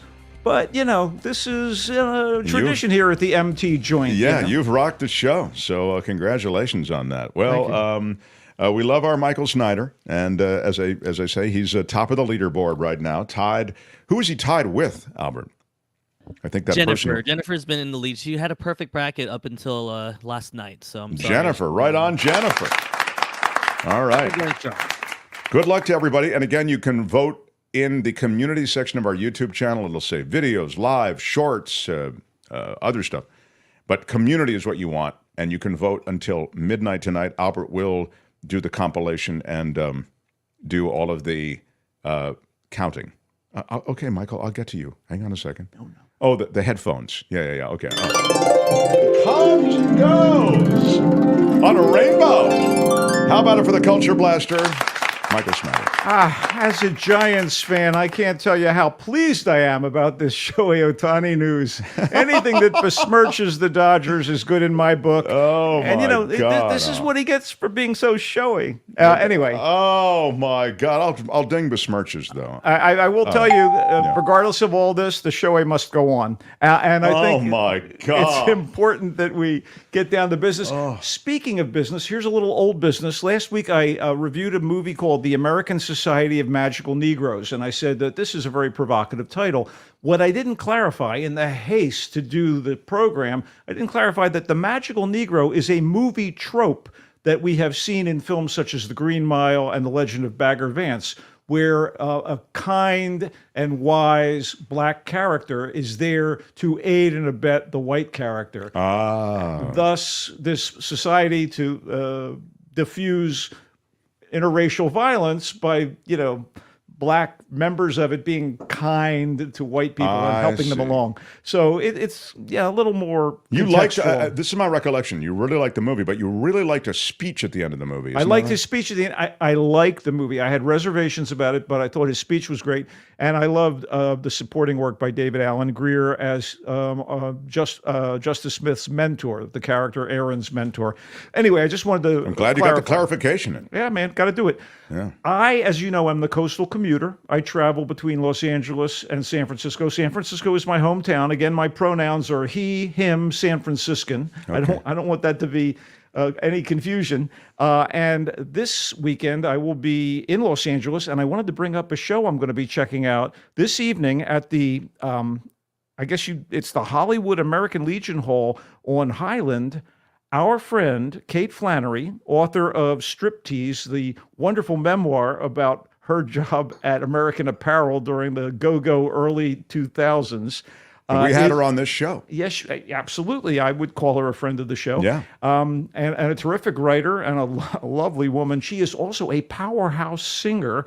She is the lead vocalist of the world's premier Little Richard tribute band, Big Dick. How could that not be a great show? Oh, this man. is going to be a great show. It's tonight at the Hollywood American What time Legion. does that start? I believe if you get there, doors at 7. I think the show, there may be an opening act, starts at 8. But if you want to see Kate strut her stuff, she is a dynamo.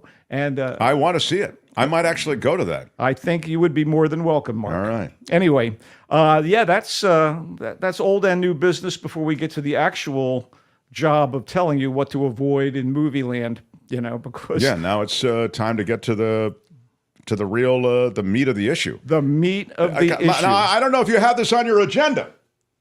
I like to take it all in, as you say it, Michael Snyder. I like to be in the moment. Yes, sir. I live every second as though it was my last. And so with utter spontaneity, I ask you this question.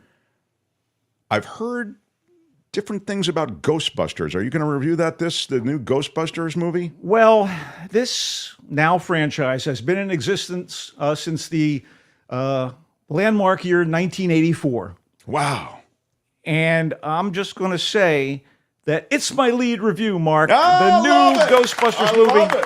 picking up 2 years after a pretty damned good reboot / sequel, Ghostbusters Afterlife.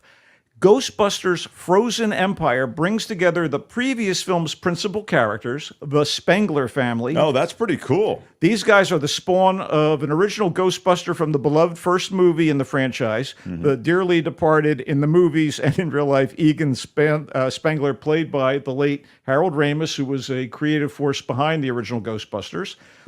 There's also Mom Spengler's boyfriend, Gary, their allies, some classic ghosts, previously unseen ghosts, and ghost-adjacent newbies, and the surviving primary cast members of those earlier installments. By the way, no sign of the women from the female Ghostbusters reboot of a few years ago. The less said about that, the better. The result here is a too-crowded affair that's long on fan service and short on laughs. Oh, there's supposed to be who's that? Paul Rudd in the poster that I see? Yeah, absolutely. I Who won't else? blame Timothy the cast. Chalamet's in it? No, it's the new Timothy Chalamet. No, it's the kid Finn Wolfhard from Stranger Things. Oh, of course. He okay. plays Callie Spengler's son, I guess. Yeah. Huh. Anyway, let me just clarify here.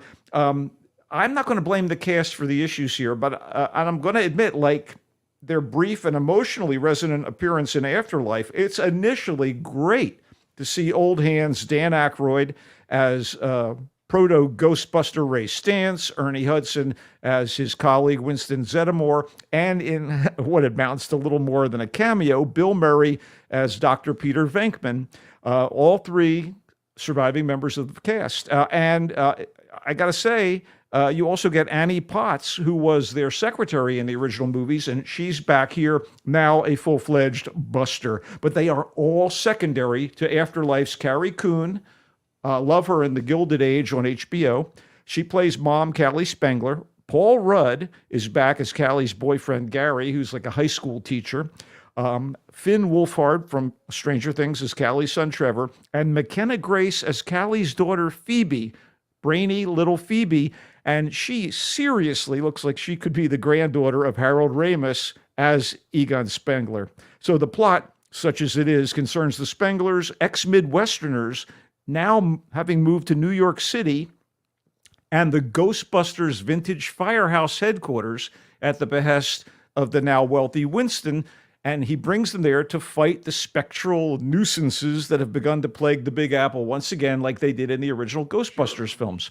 So they're careening around Manhattan in the classic Ghostbusters ambulance. They're sucking rogue ghosts into their proton packs and imprisoning them back at the HQ while leaving a swath of destruction in their wake that the mayor isn't taking too kindly to. Yeah, that would be a rough... Behest is a ding word. Yeah. Right? So Slimer, the Stay Puft Mini Marshmallow Brigade, other fun-loving creatures are back, but an ancient, more sinister ghost lurks within an artifact, and if unleashed, he's going to bring eternal winter to the world. Oh, no. It's not a spoiler alert to say that the temperature is going to drop. This thing is called Frozen Empire, right? Yeah. No big bad, no action. Anyway, in short order, this menace brings Kumail Nanjiani from Silicon Valley and Marvel's Eternals onto the scene as someone who may be the key to saving humanity from the deep freeze.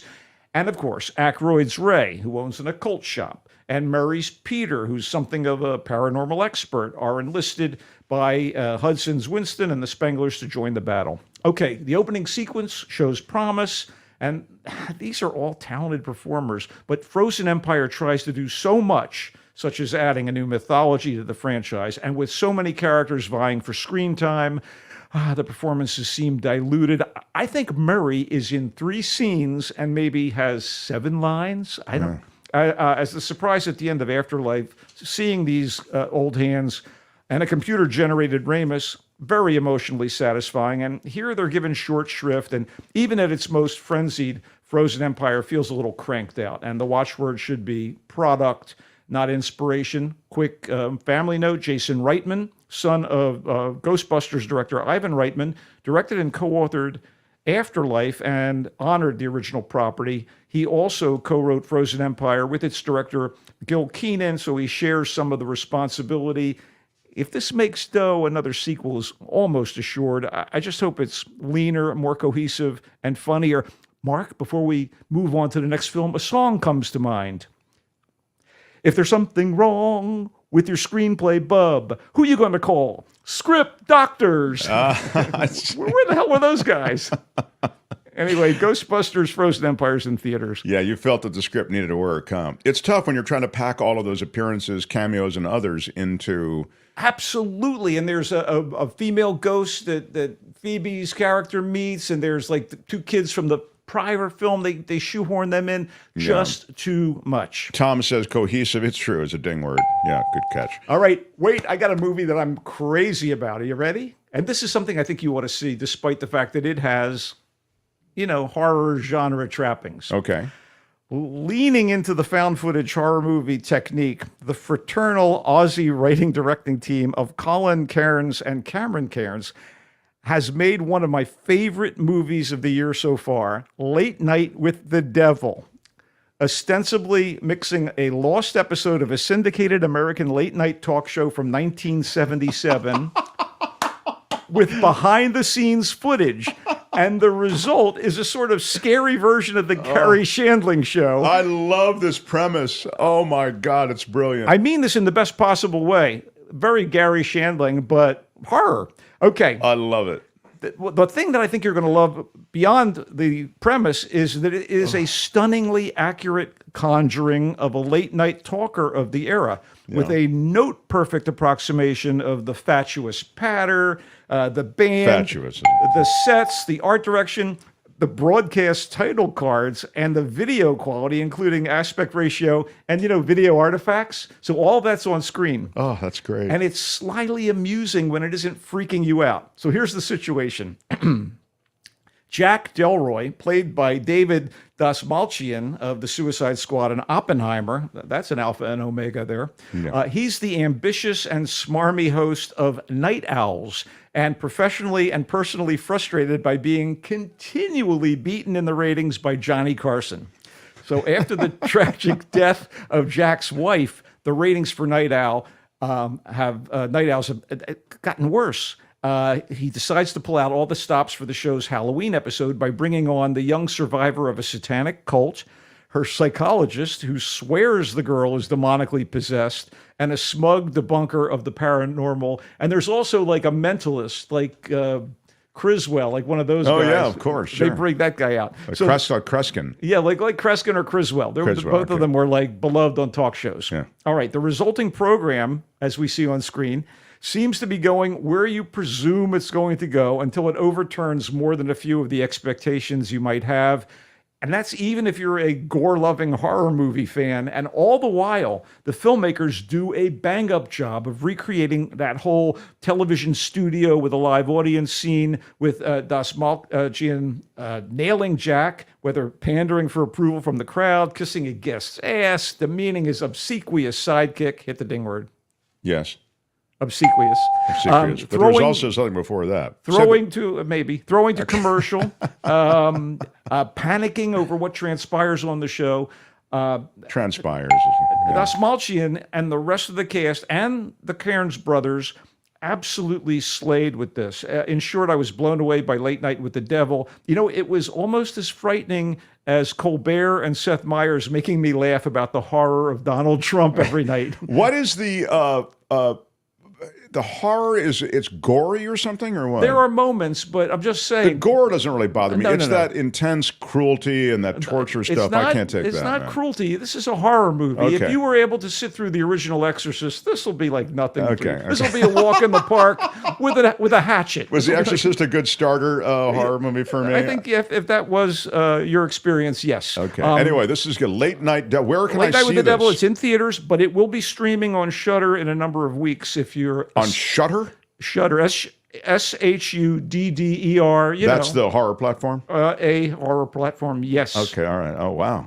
I love it. Okay, man, it sounds really great. I think I love it too. I really think it's up your alley, and I wouldn't recommend a horror movie to you unless it was something couched in this sort of amazing recreation of the 70s late night talk show. Okay. The remake of the cult 1989 Patrick Swayze action movie Roadhouse is actually a lot of fun. I went in there with a chip on my shoulder. I wasn't crazy about the original. I thought, what are they going to do here? You have an uncommonly buff Jake Gyllenhaal in the lead as an ex-UFC fighter on the run from past transgressions. So you got the MMA thing going on. In fact, they could have called this Roadhouse MMA, as far as I'm concerned. And in fact, one of the movie's heavies is Irish mixed martial arts champ Conor McGregor. And, he's got quite a presence. Yeah. And among the highlights of this remake, and there are quite a few, are the ultra-violent face-offs between Gyllenhaal's Dalton and the members of a biker gang, and his showdowns with McGregor's mega-ripped psycho enforcer. In need of cash, the Dalton character, played by Gyllenhaal, agrees to work as a bouncer at a Florida Keys bar in a small town run by the scumbag son of a mobster who is languishing in jail. And, it's one of those things where the son wants to trump the father, outdo the father. And he's under the guy's thumb, even though the guy's in jail. So this father-son duo wants to buy up the Roadhouse, since it's the last piece of beachfront property that they don't control in the area. Mm-hmm. So the owner of the Roadhouse doesn't want to sell.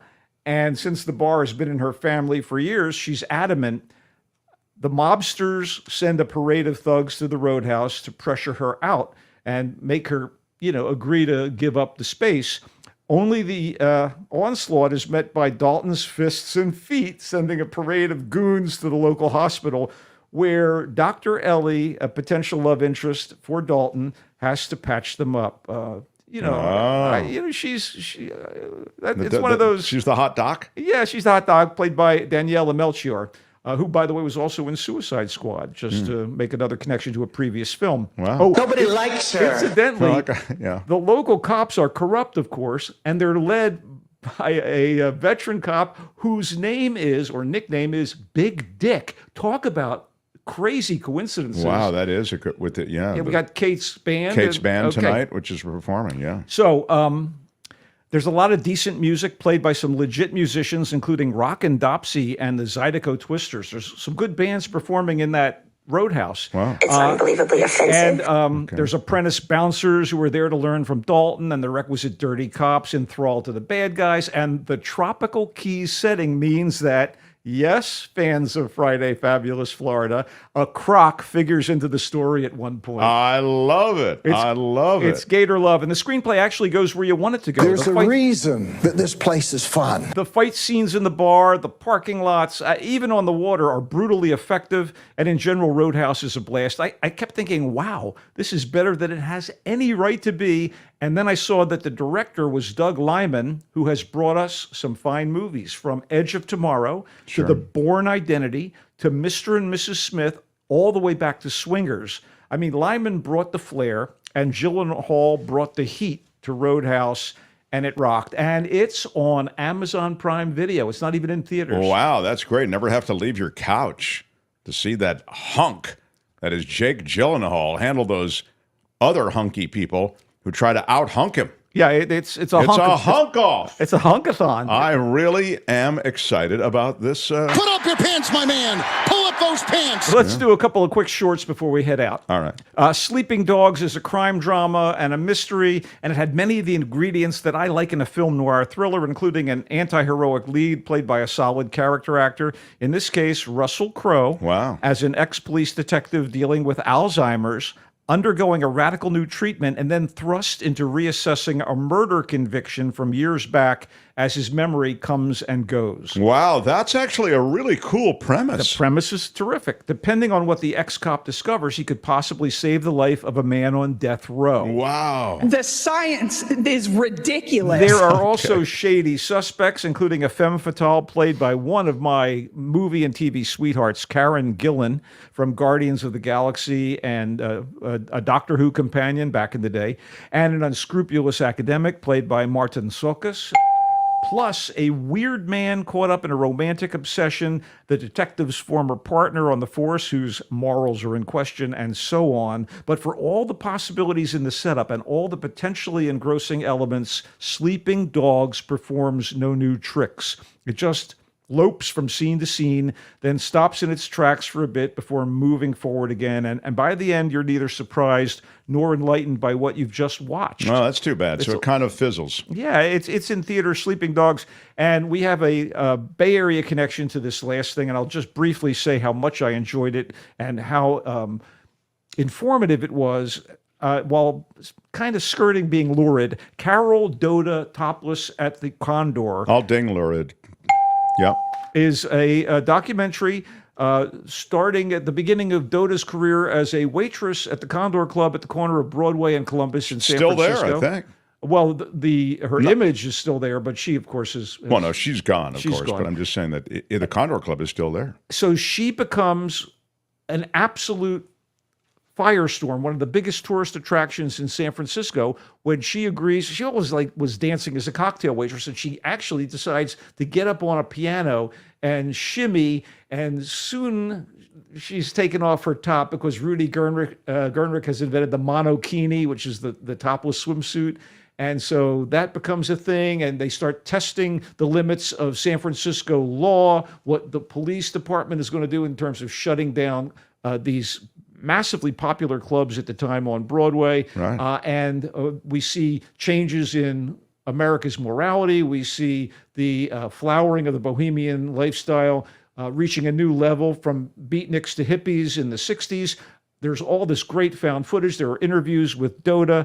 And, directors Marlo McKenzie and Jonathan Parker have made an amazing time capsule of Doda's life as a performer, with a little bit of a hint here and there about her earlier life, which is kind of shrouded in a bit of mystery, but also the impact that she had on the culture, and what ended up happening to her when the topless dance craze kind of died out.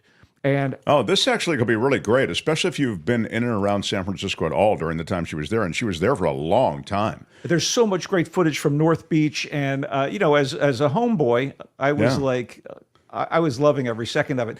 There's archival stuff from local broadcasts, from KRON and other various television stations. There are interviews with her. Father Miles Riley, who was he was a minister who actually was a broadcaster, charming, handsome, like hippie priest, if you will. He's interviewing her at one point. I did enjoy most everything about Carol Dota, Topless at the Condor. It is in theaters in the Bay Area, Los Angeles, and New York, and it's going to be fun to watch on video. I'm really excited to see it. I'll tell you, for those who don't know, I mean, who might not have been to San Francisco or not familiar with this area, so this thing, this club, the Condor Club, is on the corner of North Beach, as Michael had said, and at the time, and there's still a couple of them now, but at the time, there were, of course, long ago, there were guys in coats and ties who were there at that place. Okay, it was like one of those places. But when I was there in San Francisco in the 80s, there were a bunch of other clubs that are like these adult clubs with dancers like Carol Dota there, right? And I'll never forget. And they have these guys out front, okay? So you have to imagine like this row of these places. Maybe there are 4 on one side of the street and there's 6 on the other side of the street. And you're walking past them, they've got the lights that are going around and the neon or whatever it is. They're just trying to get you to come in because the cover charge is, high. They are essentially barkers. Yeah, so they've got these guys out on the street. There's one right there. So there's a talent to being those barkers, to being on the street. And the guy said to me, I'll never forget, I'm walking with a buddy of mine, West North Beach, we're walking to the car or whatever after dinner, and he says, "Hello, gentlemen. Want to see something really obscene?" Nice. They would say all this outrageous stuff to try to get you to come in. Well, there are interviews with surviving dancers that were her colleagues and who were convinced to also go topless at the time. And there's a whole section about her willingness to have her breasts enlarged and what that ended up being problematic. And at the same time, attention grabbing. And also, the sidebar is at the time that she was on the rise, Lenny Bruce was playing clubs and getting busted for obscenity, the famous groundbreaking comedian and an orator. And it's just a pretty fascinating stuff from beginning to end. That's really great. I look forward to that. She was a Bay Area kid. She was born in Vallejo. Yeah. So anyway, I'm excited to see that. All right, a quick review of what you've heard from the Great Culture Blaster. You've heard that this Carol Dota, Topless at the Condor, is really great, filled with San Francisco history and the history of really being a free speech advocate in your own way as a topless dancer at a time when limits were being tested. That's in theaters now, but it'll be streaming soon. Sleeping Dogs is the Russell Crowe, I think, super intriguing detective or law enforcement guy who's called back in to a case that he'd originally had a take on, that he might have new takes on, even as he himself is engulfed by Alzheimer's. That is in theaters. Michael did like the premise, but he felt that it failed ultimately as a film in holding together and being something that was enjoyable. Roadhouse is the Jake Gyllenhaal offering. Look at that handsome hunk. Jake Gyllenhaal, can't get enough of him. Girl, you just woo. That's right. Man. The gall of Gyllenhaal. Jake Gyllenhaal actually had the cojones to remake a Patrick Swayze cult classic. It is, but don't you think Kim is muted? But she's come back on to say, I'm sure she likes. I was just going to say, I understand he's really ripped in this movie. Like, he's been working out nonstop or something. Mm-hmm. Kim, he actually played a boxer, believably, in a previous film.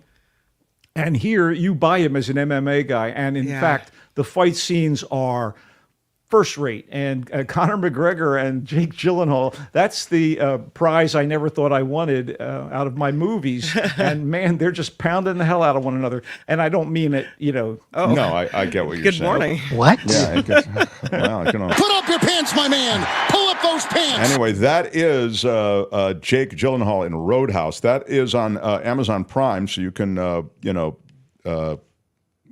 sketch out about Jake Gyllenhaal on your own couch. Yeah, this is not Oscar material. This is just a lot of fun. It's an indulgence. With your iron rod. Yeah, you can smash it right there in the privacy of your own home. Now, Late Night with the Devil is the horror film that Michael really likes. It is a blend between a late-night talk show and talk show host and basically the occult, which creates one of those lost episodes that we're never supposed to see, and someone unearths it along with behind-the-scenes footage.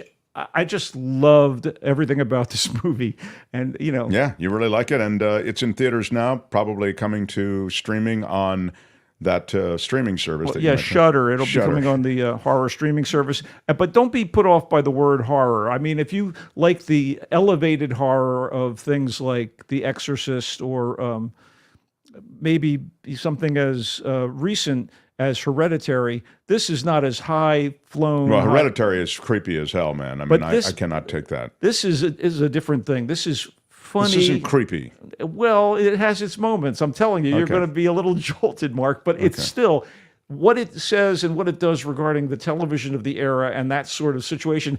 Oh, one more quick. I have a fragile psyche, Michael. It's not a spoiler alert to say there is a connection to Northern California, but I won't say anything further than that. And finally, Ghostbusters Frozen Empire. Michael wasn't crazy for it. Felt it was overstuffed. Yeah. Very hard to make all of these characters show up and have business that works, but more to the point, he felt the overall business didn't work. Now, I was a little frosty on it. Oh, God. I'm seeing why your drop isn't winning now. Wait, come on now. Yeah. Let's not make this a popularity contest. Everything is going extremely well. All right. So he says, honestly, Ghostbusters Frozen Empire is missable. Let me ask you something, though. If I wanted to go see it, even though I'm, obviously taking stock of your review, do I need to have seen the last one? Yeah, because it's better. Frankly, it's a good movie. This is just, product. Find Michael Snyder in where, Michael? Where are you being published now? I am currently for one more week. You've gotten a lot of offers, I know, from other rags that want you to come over and work for them. One more week at the Marina Times. You can read my piece on flavors and tastes in their current issue, all about the sense memory of taste, and it's one of those things which you just have to read it to get it. Yeah. And then Fantastic. I am moving to a new publication starting at the beginning of April, and I'm really happy and excited about Voice of San Francisco. I love it. Voice of San Francisco, yeah. So we're going to be able to help you promote that, and you're going to do very well there. And I'm excited that you're moving. I'll be doing better than my drop, probably. The drop that Michael is talking about is... This is a classic Mark Thompson time waster. It's time waster. It has 31% of the vote. Sadly, the drop with 68% of the vote is... Where are my weed smokers at? So right now you vote for... Where are my weed smokers at? Or Michael's drop is the... This is a classic Mark Thompson time waster. So 68% to 31%. It's not, anything could happen. They're voting till midnight tonight in the community section of our YouTube channel. I just want to say over and over again how much I love our audience. I love you all, no matter how you vote. Don't pander to the audience. No, I love them no matter how they vote. He comes and goes on a rainbow. Bye-bye, Michael. Go Giants. We've got a chance to make some noise this year. You do. You do. Wow. Michael Snyder, everybody. Very, very impressive. The Mark Thompson Show. Albert, I ask you, as the producer and the chairman and commissioner of Mark's Madness, what else do we have to do today, sir? You're muted. Or someone's... Let me see. I've lost my hearing. One of the two. I think that is it. I think it's... All right. We've made it to the end. All right. Wow. Kim, do you have any last business before we... I do not have any last business. I think we've handled all of our breaking news quite well. We should call it Chump Social, says Bravo Event Productions, because only the people left there are going to be fooled. That's right. On the gambling, Lee says if he was gambling on baseball and they can prove it, it is career in baseball over, at least in the U.S. That's about the Ohtani situation. I have a relative addicted to gambling. He is broke every month at the end of the month. Yeah, it's a horrible thing if you're addicted, or if you tend toward addictions, it can be awful. And the commercialization of gambling is the problem. So long, KGO. Yeah, we were replaced on KGO. by a gambling sports betting format. So that's true. Good points all. It is their time of year, though. This is like their Christmas season, Mark, for gamblers with March Madness. Yes, this is a true time of year that gamblers go nuts with March Madness. Albert is absolutely right about that. So, Walter says you can pander to me anytime, Michael. Go ahead and pander. Roberta Again. said he put Snyder's job against a really tough one. He was in the play-in, so the play-ins will play against the number 1 and 2 seed. And Yeah, the play-ins play against number 1 and 2. Exactly. Albert's right. So you, even as you made it in through the play-in, you end up, in a really tough spot once you get in. You put Snyder's drop against a really tough one, says Roberta. Yeah, that's the thing. All the play-ins play against tough ones in their initial rounds. After Party Live is next. We'll be back on Monday. We've got a great week of guests and more. So I'm Shadow Stevens for the Mark Johnson Show. Bye-bye. More than anything, vote in the community section for Mark's Madness. Bye-bye. And the commish, Kim, and myself will be back on Monday. Till then, bye-bye.